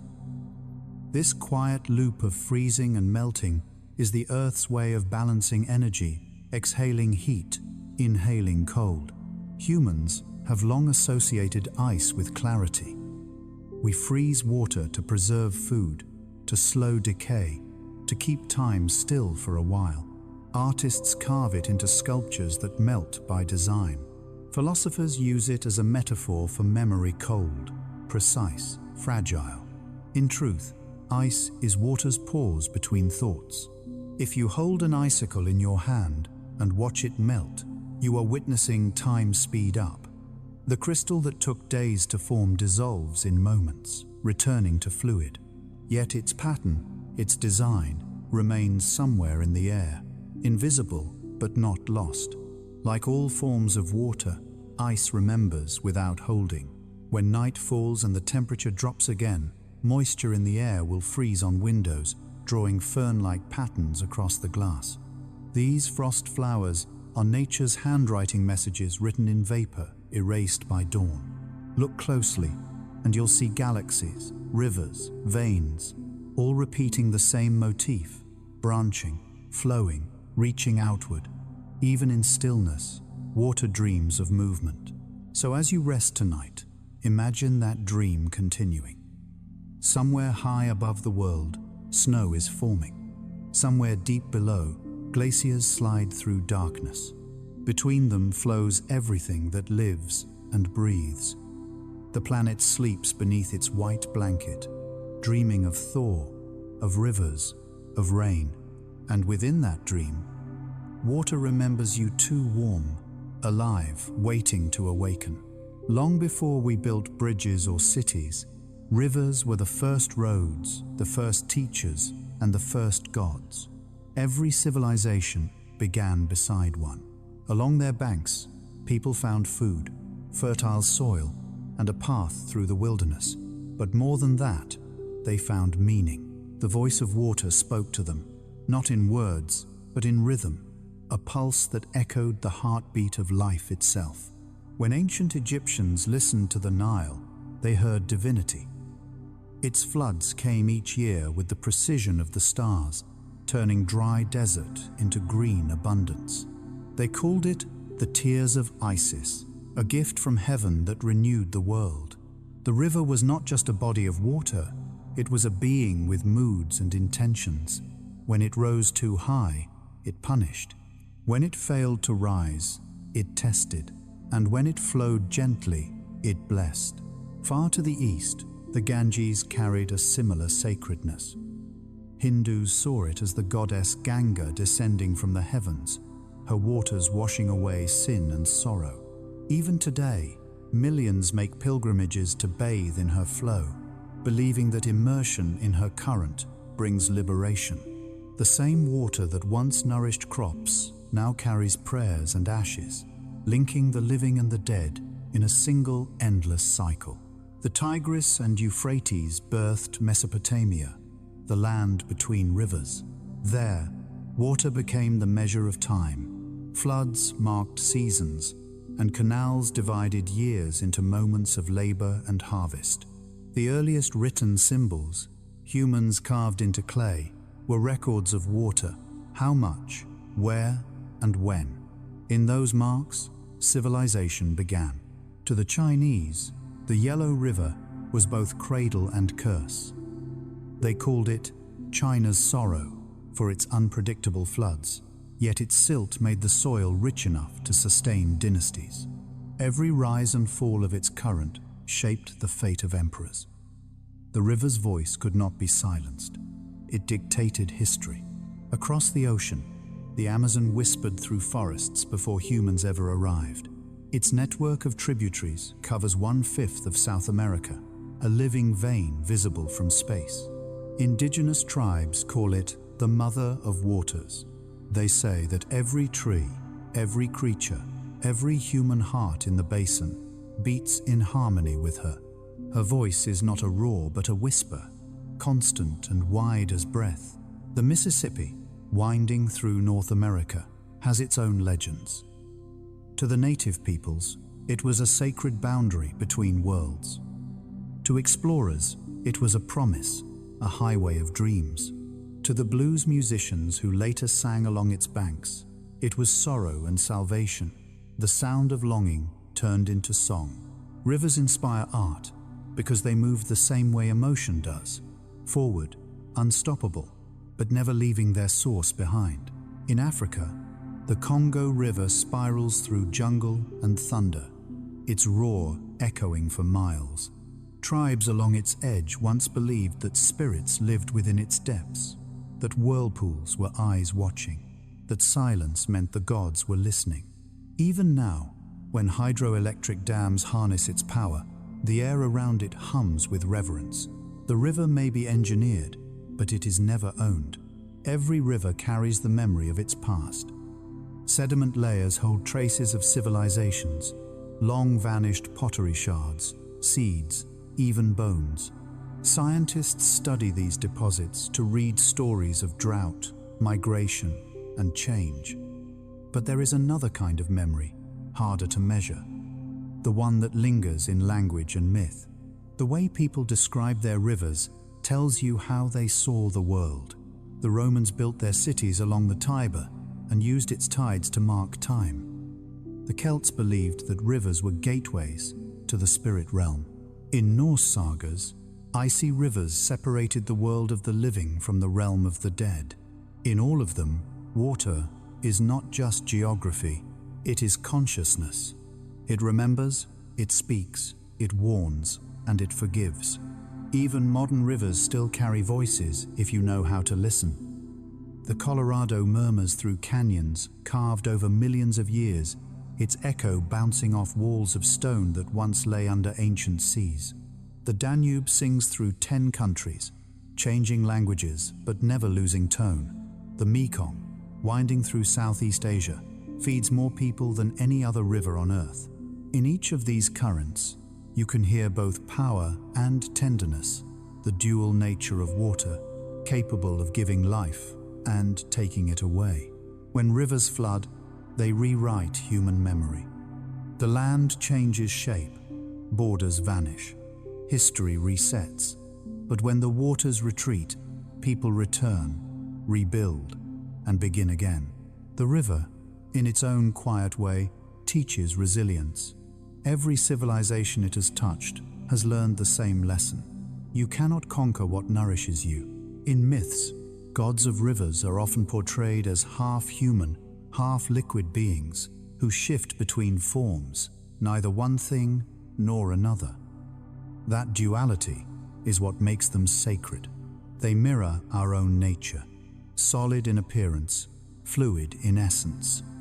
The Greeks worshipped river gods called potamoi, each with a distinct temperament, calm, furious, generous, or secretive. To pour wine into the river was to share gratitude with a living friend. Even now, we return to rivers seeking meaning. We scatter ashes into their flow, send wishes downstream, toss coins into fountains as small substitutes for great waters. The instinct is ancient, to trust the current to carry what words cannot.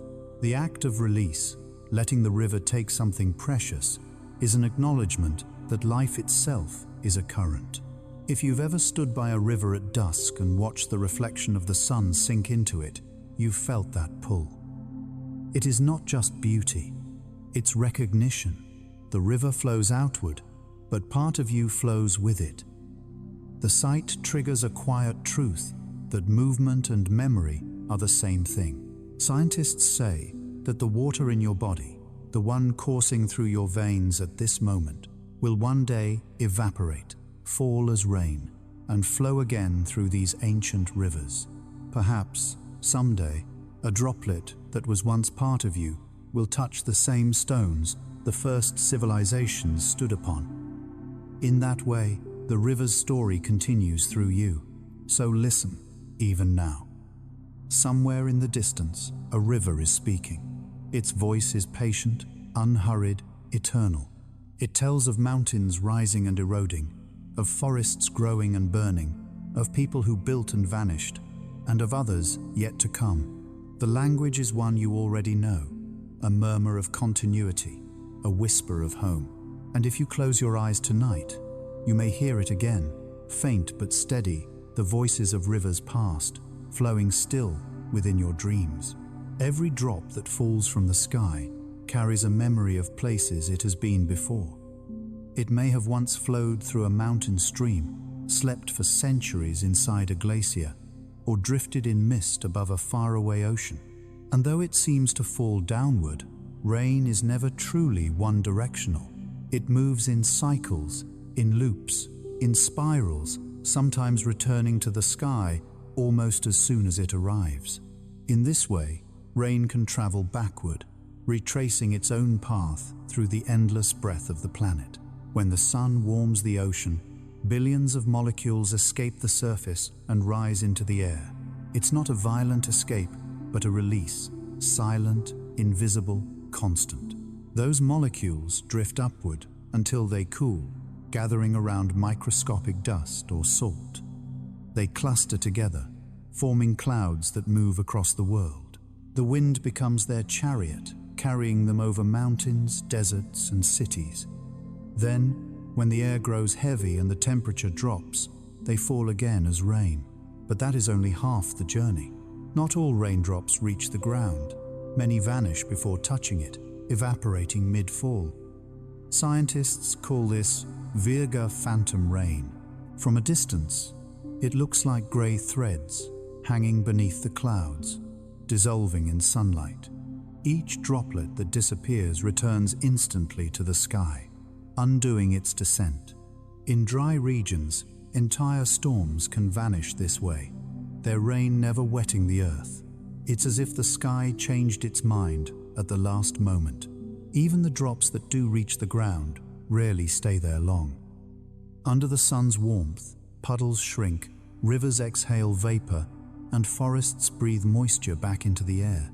Every tree acts as a living fountain, drawing water from the soil and releasing it as mist through tiny pores in its leaves. This process, called transpiration, sends half of all rainwater back into the atmosphere.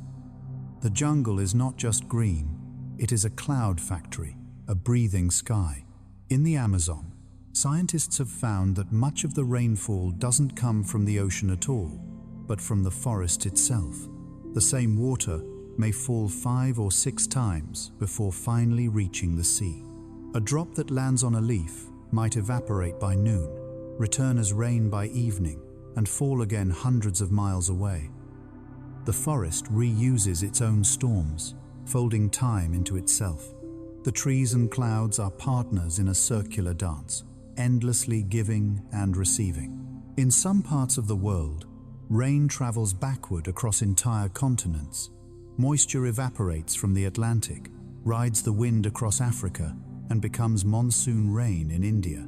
Or it rises from the Indian Ocean, crosses mountains, and falls again in China's rivers.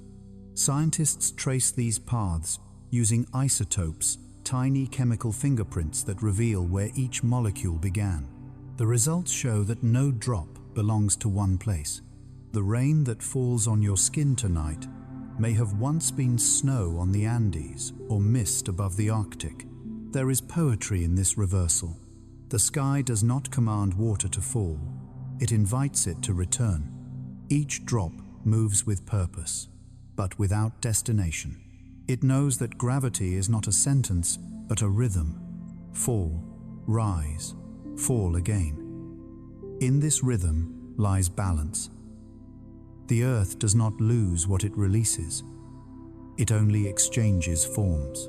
Ancient myths intuited this long before science confirmed it. In Egypt, rain was thought to be the tears of the goddess Isis, rising again as mist to rejoin her husband Osiris in the heavens. In Japan, it was believed that rain carried souls upward, cleansing the air before descending once more as blessings. Even in modern cultures, we speak of uplift and release, unknowingly describing the same physical cycle: sorrow that rises, joy that returns. If you watch a storm from above, say, from an airplane, you can sometimes see this motion in both directions at once. Below, rain falls in silver sheets. Above, vapor spirals upward, feeding the very clouds that are releasing it. The sky is both giving and receiving simultaneously. like a heartbeat inhaling and exhaling in perfect rhythm. And even after rain reaches the sea, its journey is far from finished. Ocean currents carry it through temperature gradients, where warm water rises and cold water sinks. In these subtle movements, the sea mirrors the atmosphere. Evaporation from one wave may become condensation on another, a microcosm of the sky's larger cycle. The planet, viewed from afar, breathes in blue. There are rare moments when rain quite literally reverses course. Strong winds can lift droplets upward after they fall, hurling them back into clouds. Mountain winds create updrafts so powerful that rain becomes airborne again, recycled instantly. In thunderstorms, water rises and falls repeatedly before escaping. A single drop may freeze, melt, and refreeze dozens of times, changing shape with each ascent. Lightning itself is born from these turbulent reversals, as opposites collide and separate in the churning air.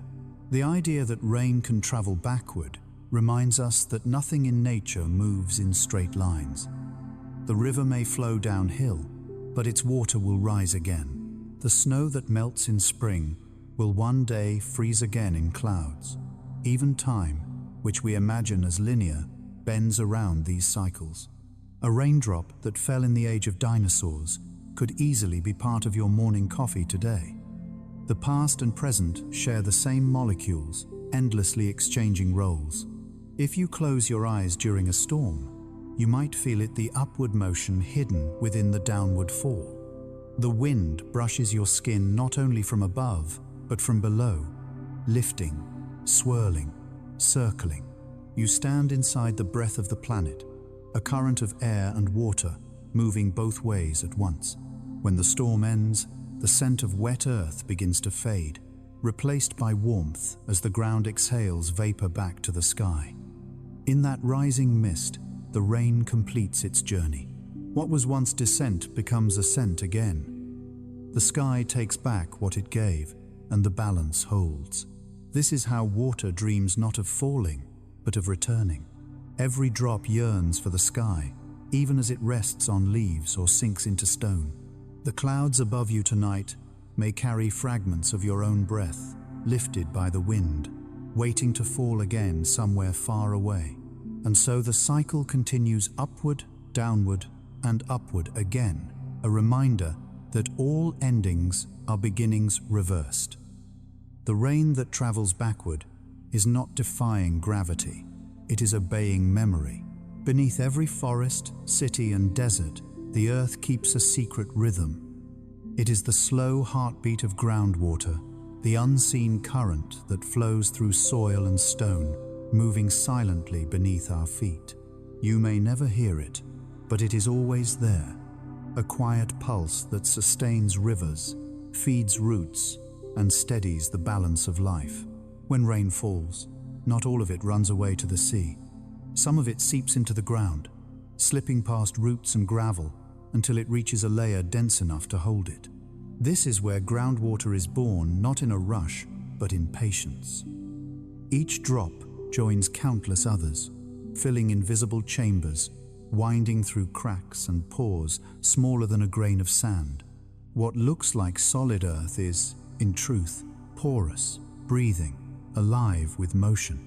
If you could shrink yourself and journey through that hidden world, you would drift through glowing caverns of crystal and mineral, through narrow corridors lined with quartz and clay. Light would scatter in tiny halos around you as microscopic life swam in the darkness. The sound would be a low hum, the whisper of water pressing forward molecule by molecule. It would feel like traveling inside the body of the planet. This underground ocean is vast beyond imagination. Scientists estimate that groundwater holds nearly a third of all the world's fresh water, more than all rivers and lakes combined. Some aquifers stretch across continents. The Great Artesian Basin beneath Australia is the size of an entire country. Others lie deeper still, sealed within rock layers untouched for millions of years. The oldest known groundwater, discovered in Canada, has been hidden for over 1 billion years. When scientists tasted it, they said it was thick, metallic, and ancient. The flavor of time itself. Though invisible, groundwater shapes the visible world. Springs emerge from its pressure, feeding streams and lakes even during droughts. Wetlands bloom where it rises close to the surface. Forests depend on it during dry seasons, their roots drawing unseen nourishment from below. In many deserts, green oases exist only because of it. The surface may seem lifeless, but beneath, a quiet abundance flows. Humans have always sought this hidden pulse. Ancient civilizations dug wells with bare hands or simple tools, following the instincts of animals who knew where to find water. In Persia, engineers built qanats long, sloping tunnels that channeled groundwater from mountains to towns, cooling and feeding entire communities. In the American Southwest, the Hohokam people built canals guided by the rise of underground springs. To find water was to find hope. Modern technology now maps aquifers using satellites and sonar, but the principle is unchanged. We still listen for the planet's heartbeat, though now through machines instead of intuition. Yet with every well we drill, the balance shifts. Groundwater replenishes slowly, sometimes over centuries, while we use it in years. In some places, the water table drops a meter every season. In others, the ground itself begins to sink, collapsing where the empty spaces once held water. It is as if the earth sighs when we drink too deeply. Still, groundwater endures. Even when drought burns the surface, the deep aquifers continue to flow. They are the planet's savings account, drawn upon in hard times. Farmers tap them to irrigate crops. Cities pump them for drinking water. But unlike rivers, they reveal no surface warning when they run low. Their silence is both gift and danger. Inside limestone, groundwater works slowly, dissolving rock grain by grain until vast caves emerge, natural cathedrals carved by persistence. Stalactites grow from the ceiling, stalagmites rise from the floor, meeting eventually to form pillars. Each drop that falls carries minerals, and each mineral leaves behind a trace of its passage. In this way, water becomes sculptor, architect, and historian all at once. The pulse of groundwater also controls life above. In regions where the water table rises and falls with the seasons, trees respond like instruments tuned to its rhythm. Their growth rings match the cycles of moisture below. Even rivers are born from groundwater when pressure builds. It forces water upward through cracks, giving birth to springs that form the headwaters of streams. Without this constant replenishment, rivers would run dry long before reaching the sea. In mythology, the underworld was always a place of water, not fire. The Greeks imagined rivers like Styx and Lethe flowing through the realm of the dead, carrying memory and forgetfulness. In truth, these myths may have come from real springs that emerged mysteriously from the earth, their source invisible, their waters cold and silent. To drink from such a spring was to touch something eternal. Even today, groundwater carries memory. As it travels, it dissolves minerals and chemicals from every layer it passes through, recording the geology of its path. By studying it, scientists can read the story of the land volcanic eruptions, ancient seas, even traces of human civilization buried long ago. In each molecule lies a signature of where it has been. But beyond science, groundwater has a feeling, an emotional gravity. To stand by a deep well and hear the echo of a drop falling is to sense the depth of the earth's patience. That darkness, cool and endless, is comforting. It reminds us that life continues in places we cannot see, that below the chaos of storms and seasons, there is always calm. When rain returns to the sky, the cycle begins again, but the groundwater remains steady. It does not rush, it does not speak. It simply waits, rising and falling with the planet's quiet breath. Some nights, after heavy storms, you can smell it, that earthy coolness rising from soil, the scent of the world exhaling. If you listen closely enough, you might feel it not with your ears, but through your souls, your bones, your pulse. The hidden heartbeat of water beneath you, older than any river, deeper than any sea. It moves without needing to be seen, reminding you that life's most powerful currents often flow in silence. So tonight, as you lie still, imagine that quiet motion continuing under you. Picture it, winding through darkness, carrying whispers of ancient rain and distant seas. It does not sleep, it does not stop. It simply flows, steady and kind, and with every heartbeat of the planet, that hidden pulse answers back. There are moments when even rivers lose direction. They twist through plains that once guided them, only to find their channels filled with sand, their banks reshaped by time and human hands. What was once a clear, unstoppable current becomes scattered, split into fragments, trapped behind walls, or turned back upon itself. The forgetting of a river is not an instant, but a slow unraveling, a quiet loss of memory written in mud and drought. Rivers are meant to wander. Their paths, though carved by gravity, are guided by balance between rain and sun, between mountain and sea. When that balance breaks, the river begins to change. Some shrink until they vanish, leaving behind empty beds that wind across the land like scars. Others burst their banks and spill into places they've never touched before, forming new routes across valleys and towns. In this way, the river reminds the world that it is alive, not a line on a map, but a moving, thinking body.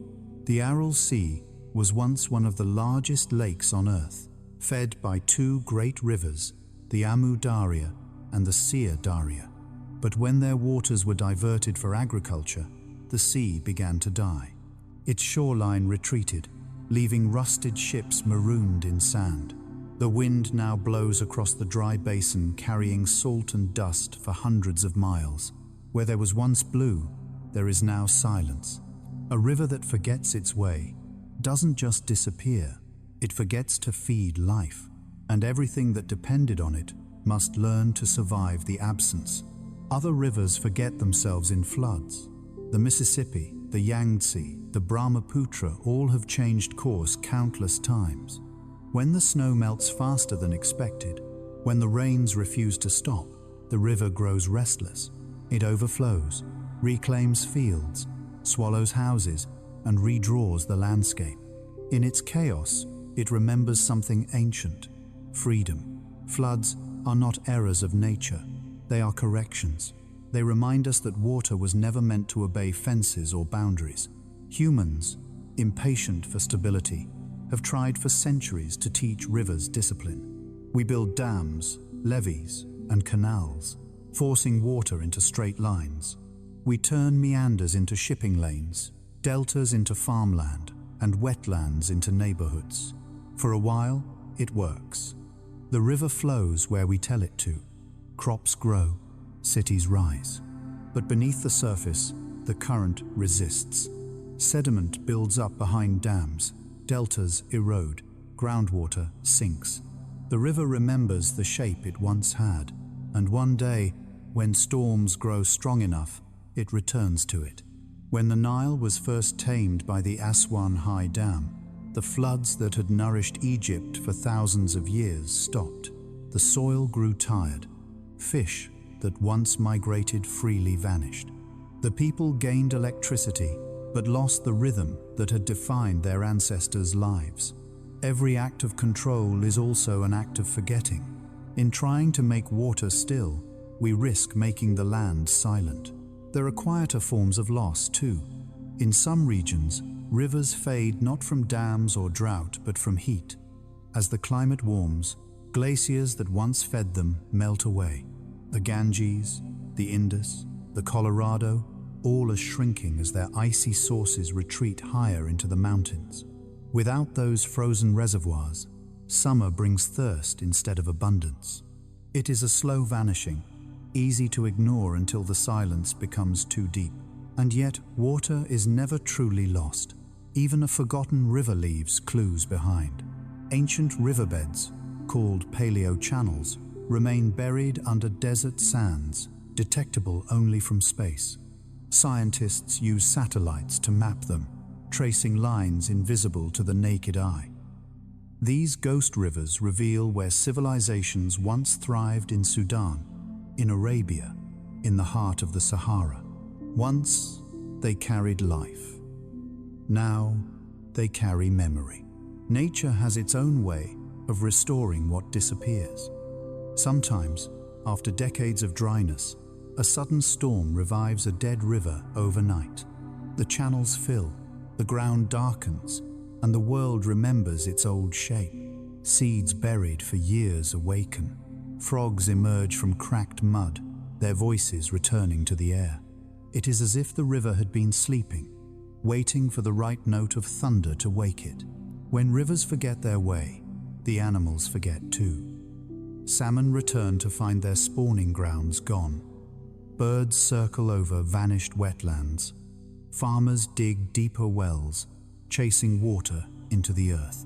The landscape becomes an echo full of memory, but empty of sound. Yet even in that silence, the water is not gone. It hides underground, or rises as mist, or lingers in clouds, patient as always. The river may forget its path, but the planet never forgets water. In mythology, lost rivers often lead to other realms. The Greeks imagined the river Lethe, whose waters erased memory from souls of the dead. To drink from it was to forget one's life completely. Perhaps that's what happens when a river disappears. The land drinks from Lethe, losing its past in exchange for calm. But unlike myth, Earth's rivers can remember again. Rainfall revives them, erosion restores them, and gravity, that quiet teacher, pulls them back toward the sea. You can see this rebirth in places like the Colorado Delta, once a dry wasteland, now reborn through careful restoration. When scientists released pulses of water back into its channels, the desert bloomed again. Birds returned. Children played in currents that hadn't existed in decades. The river found its voice. It hadn't forgotten entirely. It had simply been waiting to be remembered. If you've ever walked along an old riverbed, you've seen this memory etched into the earth. The soil feels different there, smoother, richer, like skin that once knew touch. Even the wind moves differently, tracing invisible lines where water used to flow. Close your eyes, and you can almost hear it, a faint echo of movement, the whisper of what once was. In the end, rivers do not truly forget. They pause, they rest, they transform. When we say they are lost, it is we who have stopped listening. Water always knows the way home. It just takes the path of least resistance to get there. The sea calls, gravity answers, and somewhere beneath the dust, the old channels stir. Tonight, as you lie in the quiet, imagine those forgotten rivers returning. Picture rain falling on cracked plains, trickling through sand, and gathering strength once more.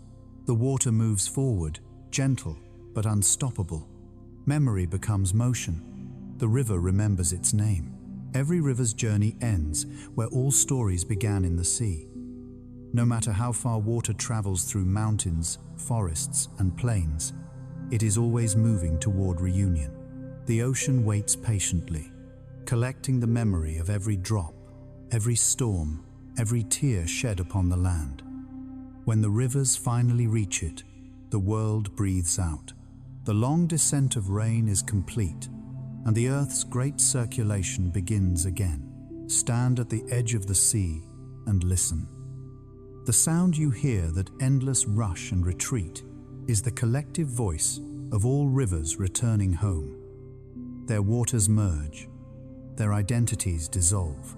There is no Amu Darya or Nile or Amazon here, no boundaries or names, only one vast body remembering itself. The ocean is the mind of the planet, holding every memory at once. The saltiness of the sea is not accidental. It is the result of rivers dissolving rock, carrying minerals across continents, and delivering them here. Every grain of salt in the ocean once lay inside a mountain. Over millions of years, the rivers have worn the world down grain by grain, washing it into this infinite basin. The ocean's taste, sharp and eternal, is the flavor of Earth's erosion, the distilled essence of time. When fresh water meets salt, strange things happen. The two do not mix right away. They form layers, swirls, invisible walls, where light bends differently. In these estuaries, the mouths of rivers, life explodes. Here, tides bring nutrients from the sea, while rivers deliver minerals from the land. Together they create nurseries for fish, feeding grounds for birds, and mangroves that hold the soil in place. These borderlands are where water learns to speak two languages at once. As the rivers flow into the ocean, their speed slows, their clarity fades. Sediment settles, forming deltas wide, fertile fans of earth that stretch into the sea. Civilizations have always been drawn to these places: the Nile Delta, the Ganges Delta, the Mekong, the Mississippi. Deltas are promises made by rivers, gifts of renewal, born from surrender. They remind us that endings can be fertile, that what leaves the land returns as abundance. If you stand at a river's mouth, you can watch the moment of union. The fresh water, lighter, glides over the heavier salt water before sinking, creating ripples that shimmer with oil-like color.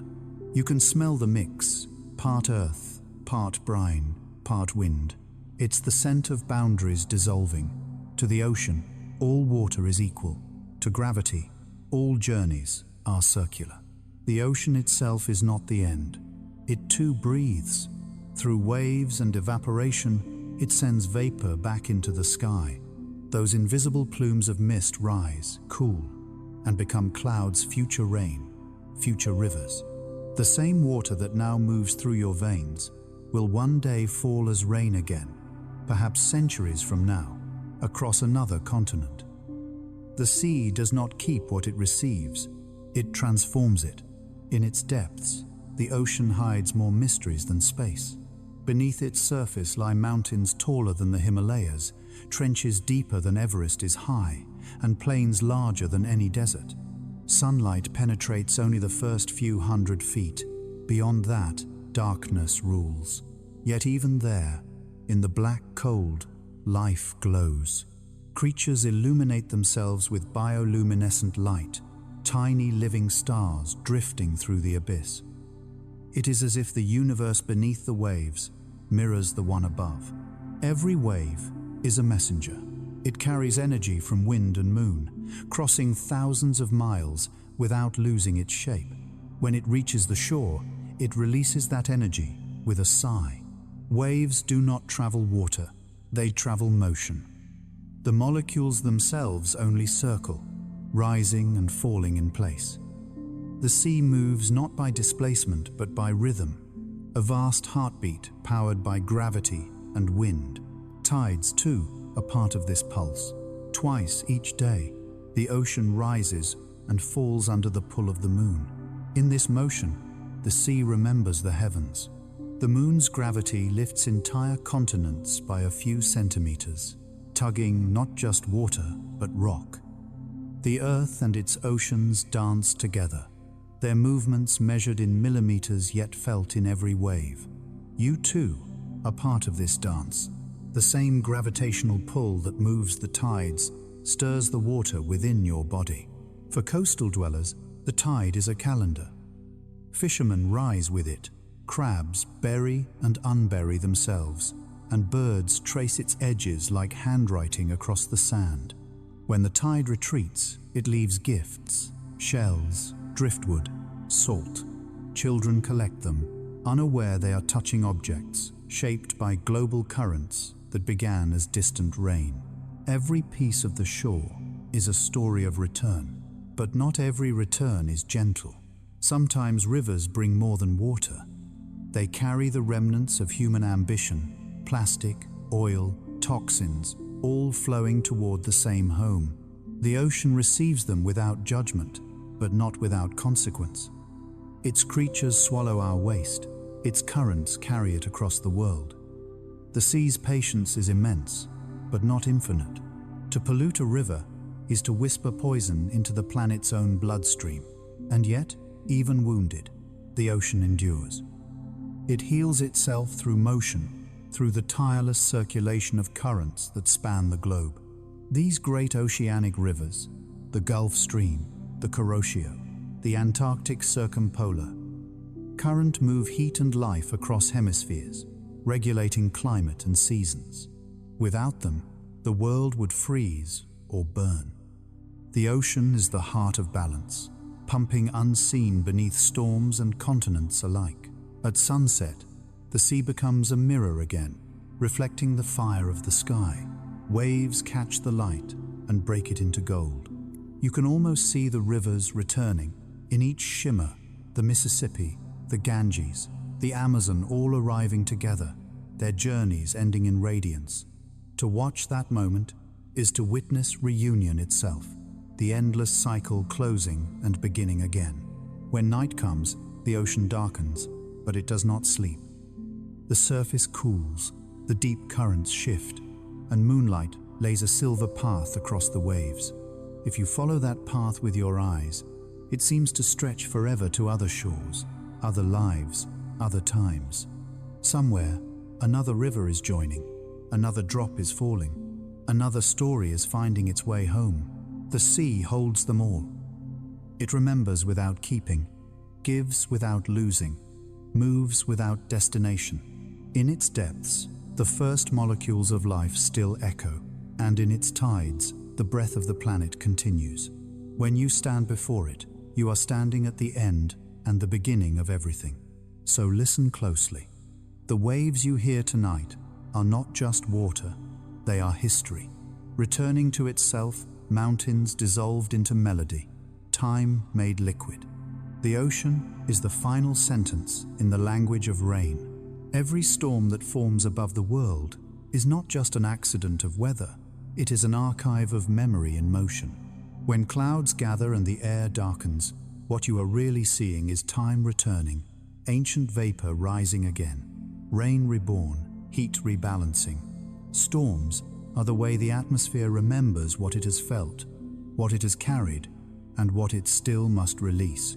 The ingredients are simple: water, wind, and temperature.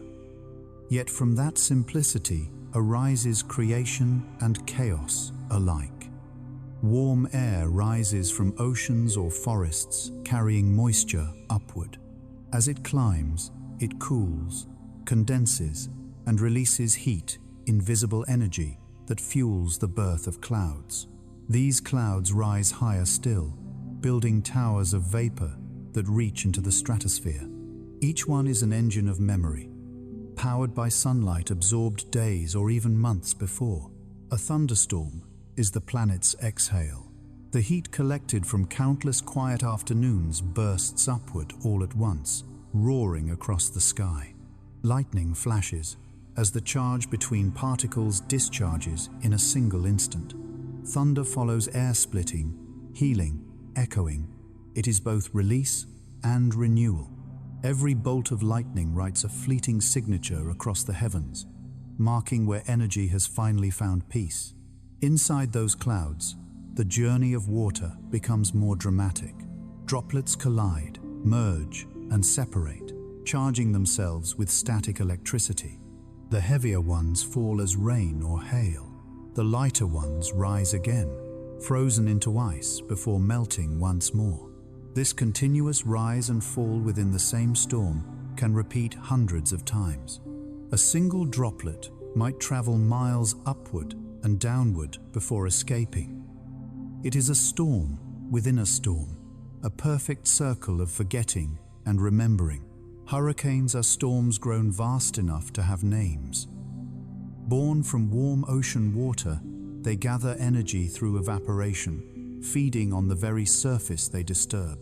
The air spins faster, drawn into a spiral by the rotation of the Earth. In the center, a calm eye forms a circle of stillness surrounded by fury.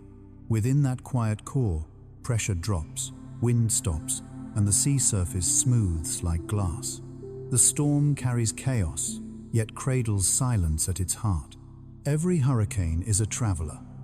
It moves across oceans for thousands of miles, collecting heat, salt, and vapor along the way. When it reaches land, it spends its energy, breaking apart into rain that feeds fields and forests. Even in destruction, there is restoration. Aquifers refill, dust settles, seeds awaken. Nature's violence is also its way of healing imbalance. The memory inside a storm is not just physical, it is emotional. Every culture has found meaning in thunder and rain. The Norse believed Thor's hammer caused lightning. The Yoruba saw Shango, the god of storms, as both destroyer and purifier. In Buddhism, thunder symbolizes enlightenment, sudden, unavoidable, illuminating. Even in modern times, when satellites track cyclones and radars map their patterns, we still feel awe when the sky begins to shake. We still look up. There is rhythm in every storm. The wind rises in crescendos, pauses, and falls away. Lightning flashes, like punctuation commas of silence, dashes of brilliance. Rain arrives not as chaos, but as music, each drop striking leaves and roofs in complex syncopation. When scientists record this sound and slow it down, it reveals a pattern: pulses, beats, intervals. The storm speaks in frequencies. Every storm also carries scent, the electric tang of ozone, the sweetness of petrichor, the metallic hint of falling water on dust. The air after a storm feels charged, alive, almost sacred. Negative ions fill the atmosphere, binding to particles that clear the lungs and sharpen the mind. It is as if the planet itself has been washed clean. But not all storms are loud. Some are born in the far north, where the wind hums over ice. There, snow falls so softly that you can hear your own breathing more clearly than the weather. Others are sandstorms, born from deserts where heat and air wrestle, carrying grains across continents. Even these storms are part of water's memory, the dry echo of ancient seas, reminding the sky of what once was. The energy released by a single storm is staggering. A typical thundercloud holds more power than several atomic bombs, yet it disperses it gently across hours, spreading renewal instead of ruin. Lightning fixes nitrogen from the air into soil, fertilizing plants. The rain that follows carries microscopic minerals that nourish rivers and oceans. Destruction and creation, again, intertwined. In some rare moments, storms leave behind lasting beauty.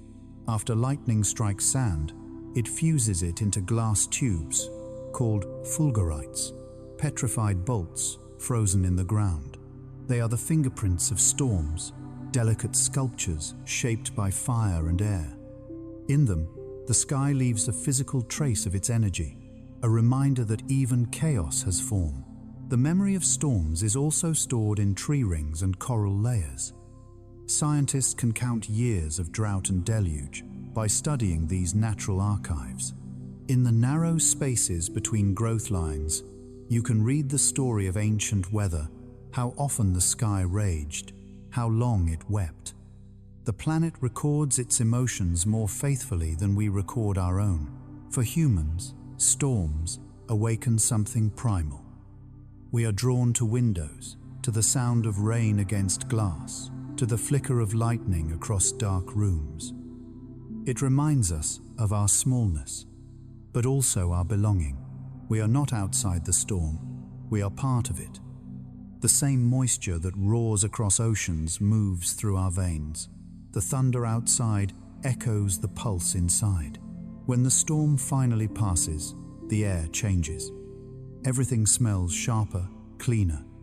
Colors seem brighter, as if the world has been repainted.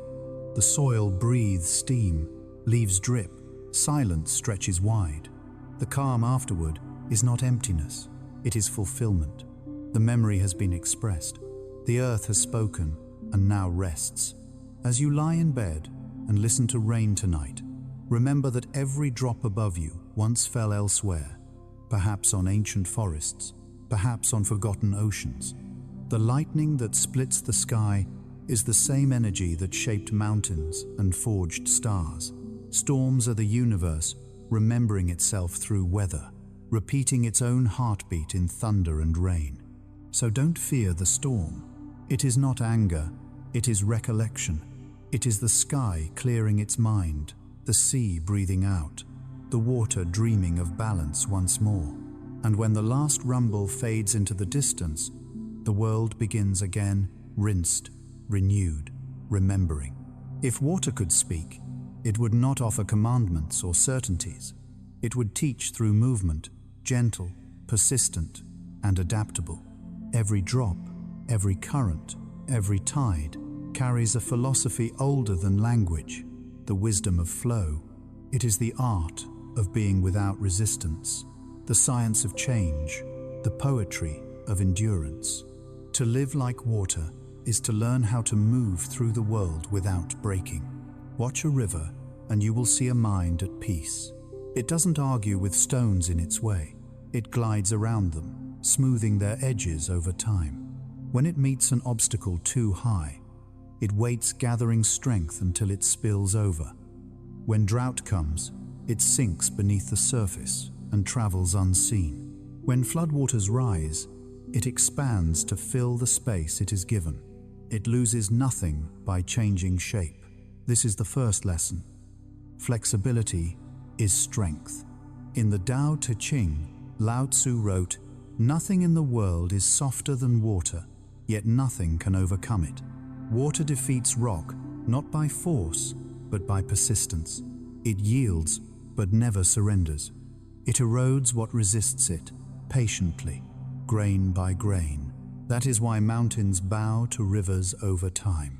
The strongest power in nature is the one that never stops moving.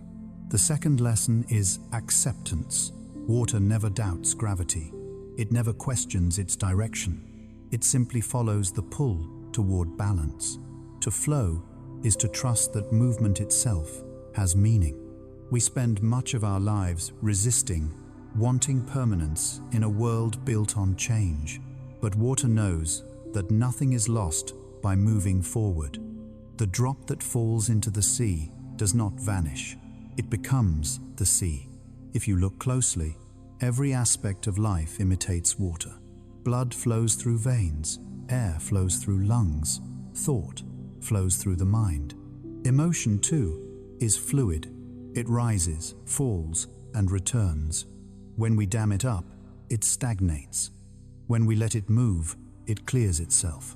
Tears are the proof that even sorrow seeks release through flow. In physics, flow is described by patterns and pressure, yet its deeper truth is spiritual. The universe itself expands and contracts like a cosmic tide. Galaxies drift in slow spirals, mirroring whirlpools on the surface of ponds.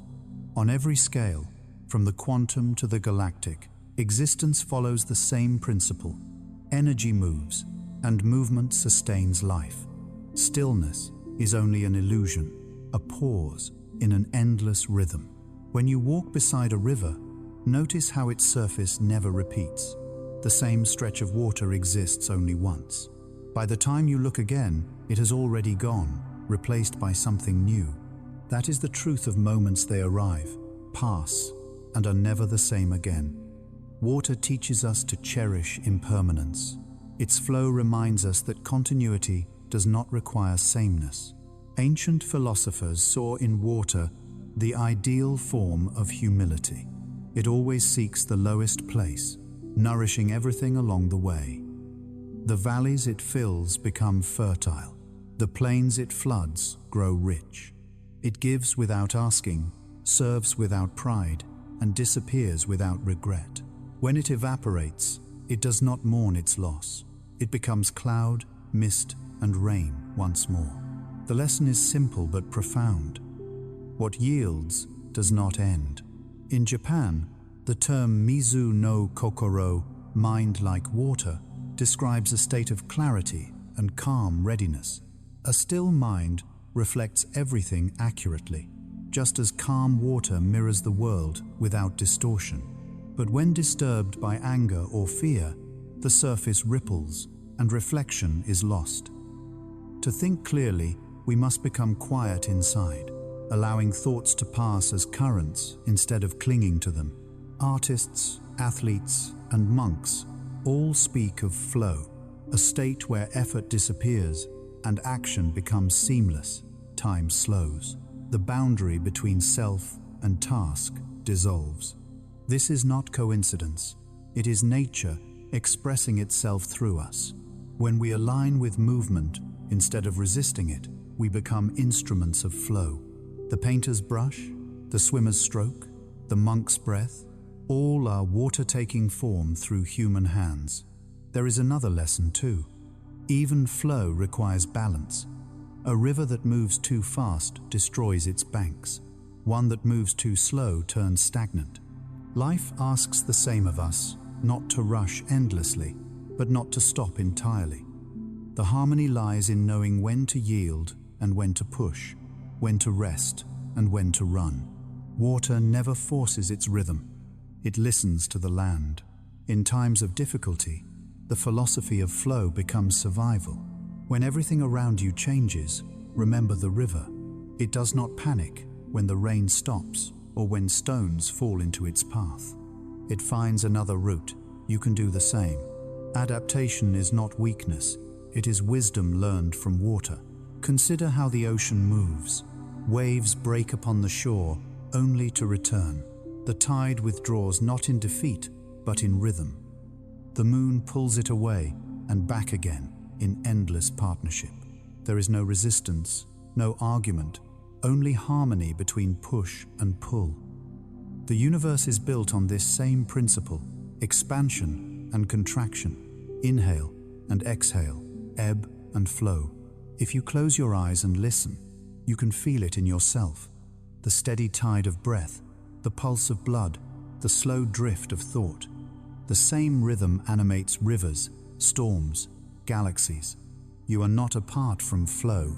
You are its continuation. The drop does not end when it reaches the ocean, and you do not end when you change. You simply take on a new form. In meditation, monks sometimes imagine themselves dissolving into a stream, thought after thought, slipping away like leaves on the current. They say that when the mind flows freely, suffering cannot cling to it. Resistance is the root of pain. Acceptance is the path to peace. Water has known this all along. So when life feels heavy, remember, be like water. Move when you must. Rest when you can. Yield when it is wise. Do not confuse softness with surrender or change with loss. Flow is not escape. It is engagement with time itself. And when you lie down tonight, imagine your thoughts as small boats drifting on a quiet river. Let them float away without trying to follow. Beneath them, the current continues deep, steady, infinite. That is the philosophy of flow. To trust the motion of life, knowing it will always carry you home. One day, far in the future, there will come a final storm. The clouds will gather, soft and grey, over an earth changed beyond recognition. Mountains will have shifted, rivers will have carved new paths, and humanity, whatever form it has taken, will stand beneath the same sky that has always watched over us. And when the last drop of rain falls, it will not be an ending, but a memory coming home. Rain has always been the planet's handwriting. It marks beginnings and erasures, floods and renewal, birth and decay. The first rains cooled the molten world. The last will cool the embers of time. In that closing moment, water will return to where it came from, to vapor, to cloud, to silence. Even when oceans dry and stars grow dim, the pattern will remain. Rise, fall, rise again. The last rainfall is only another form of return, but that day is not soon. For now, Rain continues to fall across mountains, over fields, through cities where lights shimmer in puddles. Each droplet still carries the same ancient atoms, the same promise. Every time it touches the ground, it says the same quiet truth. I am here, and I have been here forever. Imagine standing in that final rain. The air would be still, the scent of petrichor faint but familiar. The drops would fall slowly, gently, as if reluctant to leave the clouds. You would hear them landing on leaves, roofs, and stone, a rhythm you've known your entire life. The sound would not be sorrowful, but serene, like a lullaby hummed by the earth to itself. Even the planet would listen. Trees would lean slightly, their roots remembering floods long past. Rivers would shimmer one last time before fading into mist. Oceans would glimmer with reflected light, their tides quieter, their surfaces smooth as glass. It would be beautiful, the kind of beauty that doesn't ask to be understood, only felt. Water has always been the keeper of continuity. It binds past to future, life to death, creation to dissolution. The same molecules that fell as rain on the first forests now run through your veins. When you breathe, they rise again, invisible but enduring. The last rainfall will not break that connection. It will honor it. Every culture that ever existed has told a story of the end, a great flood, a divine cleansing, or a final drought. The truth is simpler. Endings are only pauses in a larger motion. The universe does not stop, it transforms. When the earth no longer holds water, other worlds will. When our sun fades, its elements will scatter into space, seeding clouds that form new stars and new rain on new planets. Water is not local to Earth, it is universal. It will fall again, elsewhere. The cosmos itself reigns. Astronomers have found methane rain on Titan, diamond storms on Neptune, sulfur rain on Venus. Every world has its own version of tears. The act of falling, of condensation and release, is written into the laws of physics. The last rainfall here is only one note. In an infinite song, the music of matter learning to let go. In your lifetime, you will witness countless storms. You will feel rain on your face in joy and in grief. You will run from it and walk through it. You will fall asleep to its rhythm and wake to its silence. Each moment is a rehearsal for peace, the understanding that everything that comes must go, and everything that goes must return. If you listen to rain closely, you can hear layers of time overlapping. The drop that hits your window may have once been mist above a glacier, or dew on a leaf in a prehistoric jungle. When it falls, it carries fragments of those memories, faint but eternal. The earth never forgets itself. It only cycles through forms. The last rainfall will not feel different. It will still smell of soil and salt. It will still blur the line between land and sky. What will be gone are the witnesses, the forests to catch it, the oceans to reflect it, perhaps even the creatures to feel it. Yet the act itself will remain pure, unchanged, uncorrupted by absence. Water will still obey the same law: to fall, to touch, to rise. There's something deeply comforting in that thought. Even in endings, the pattern holds. The rain that fell on ancient cliffs, that bathed dinosaurs and kings, that cooled the first fires of Earth, is the same rain that will someday fall upon the world's last horizon. Continuity is the quiet miracle we live inside every day. In a way, you are part of that continuity. The water inside you, in your eyes, your lungs, your blood, will one day return to the air, to clouds, to rain. You are not separate from the cycle. You are one of its instruments. Each breath you exhale contributes to the next rainfall. Each tear you shed is an echo of the sea. You too are water remembering itself. So, when the rain comes, whether the first or the last, Let it fall upon you without fear. Step outside and lift your face to the sky. Feel the coolness, the weight, the momentary sting that turns to calm. That sensation is older than time, older than life. It is the planet whispering its story through touch. And when you go to sleep tonight, imagine the rain falling somewhere far away on oceans, on mountains, on quiet fields. Listen to its rhythm, steady and endless. The sound you hear is not just water but memory, the echo of everything that ever was, finding its way home again. Because even if the last drop someday falls, water will not end. It will rise again as mist, as light, as breath, and in that rising, it will remember you.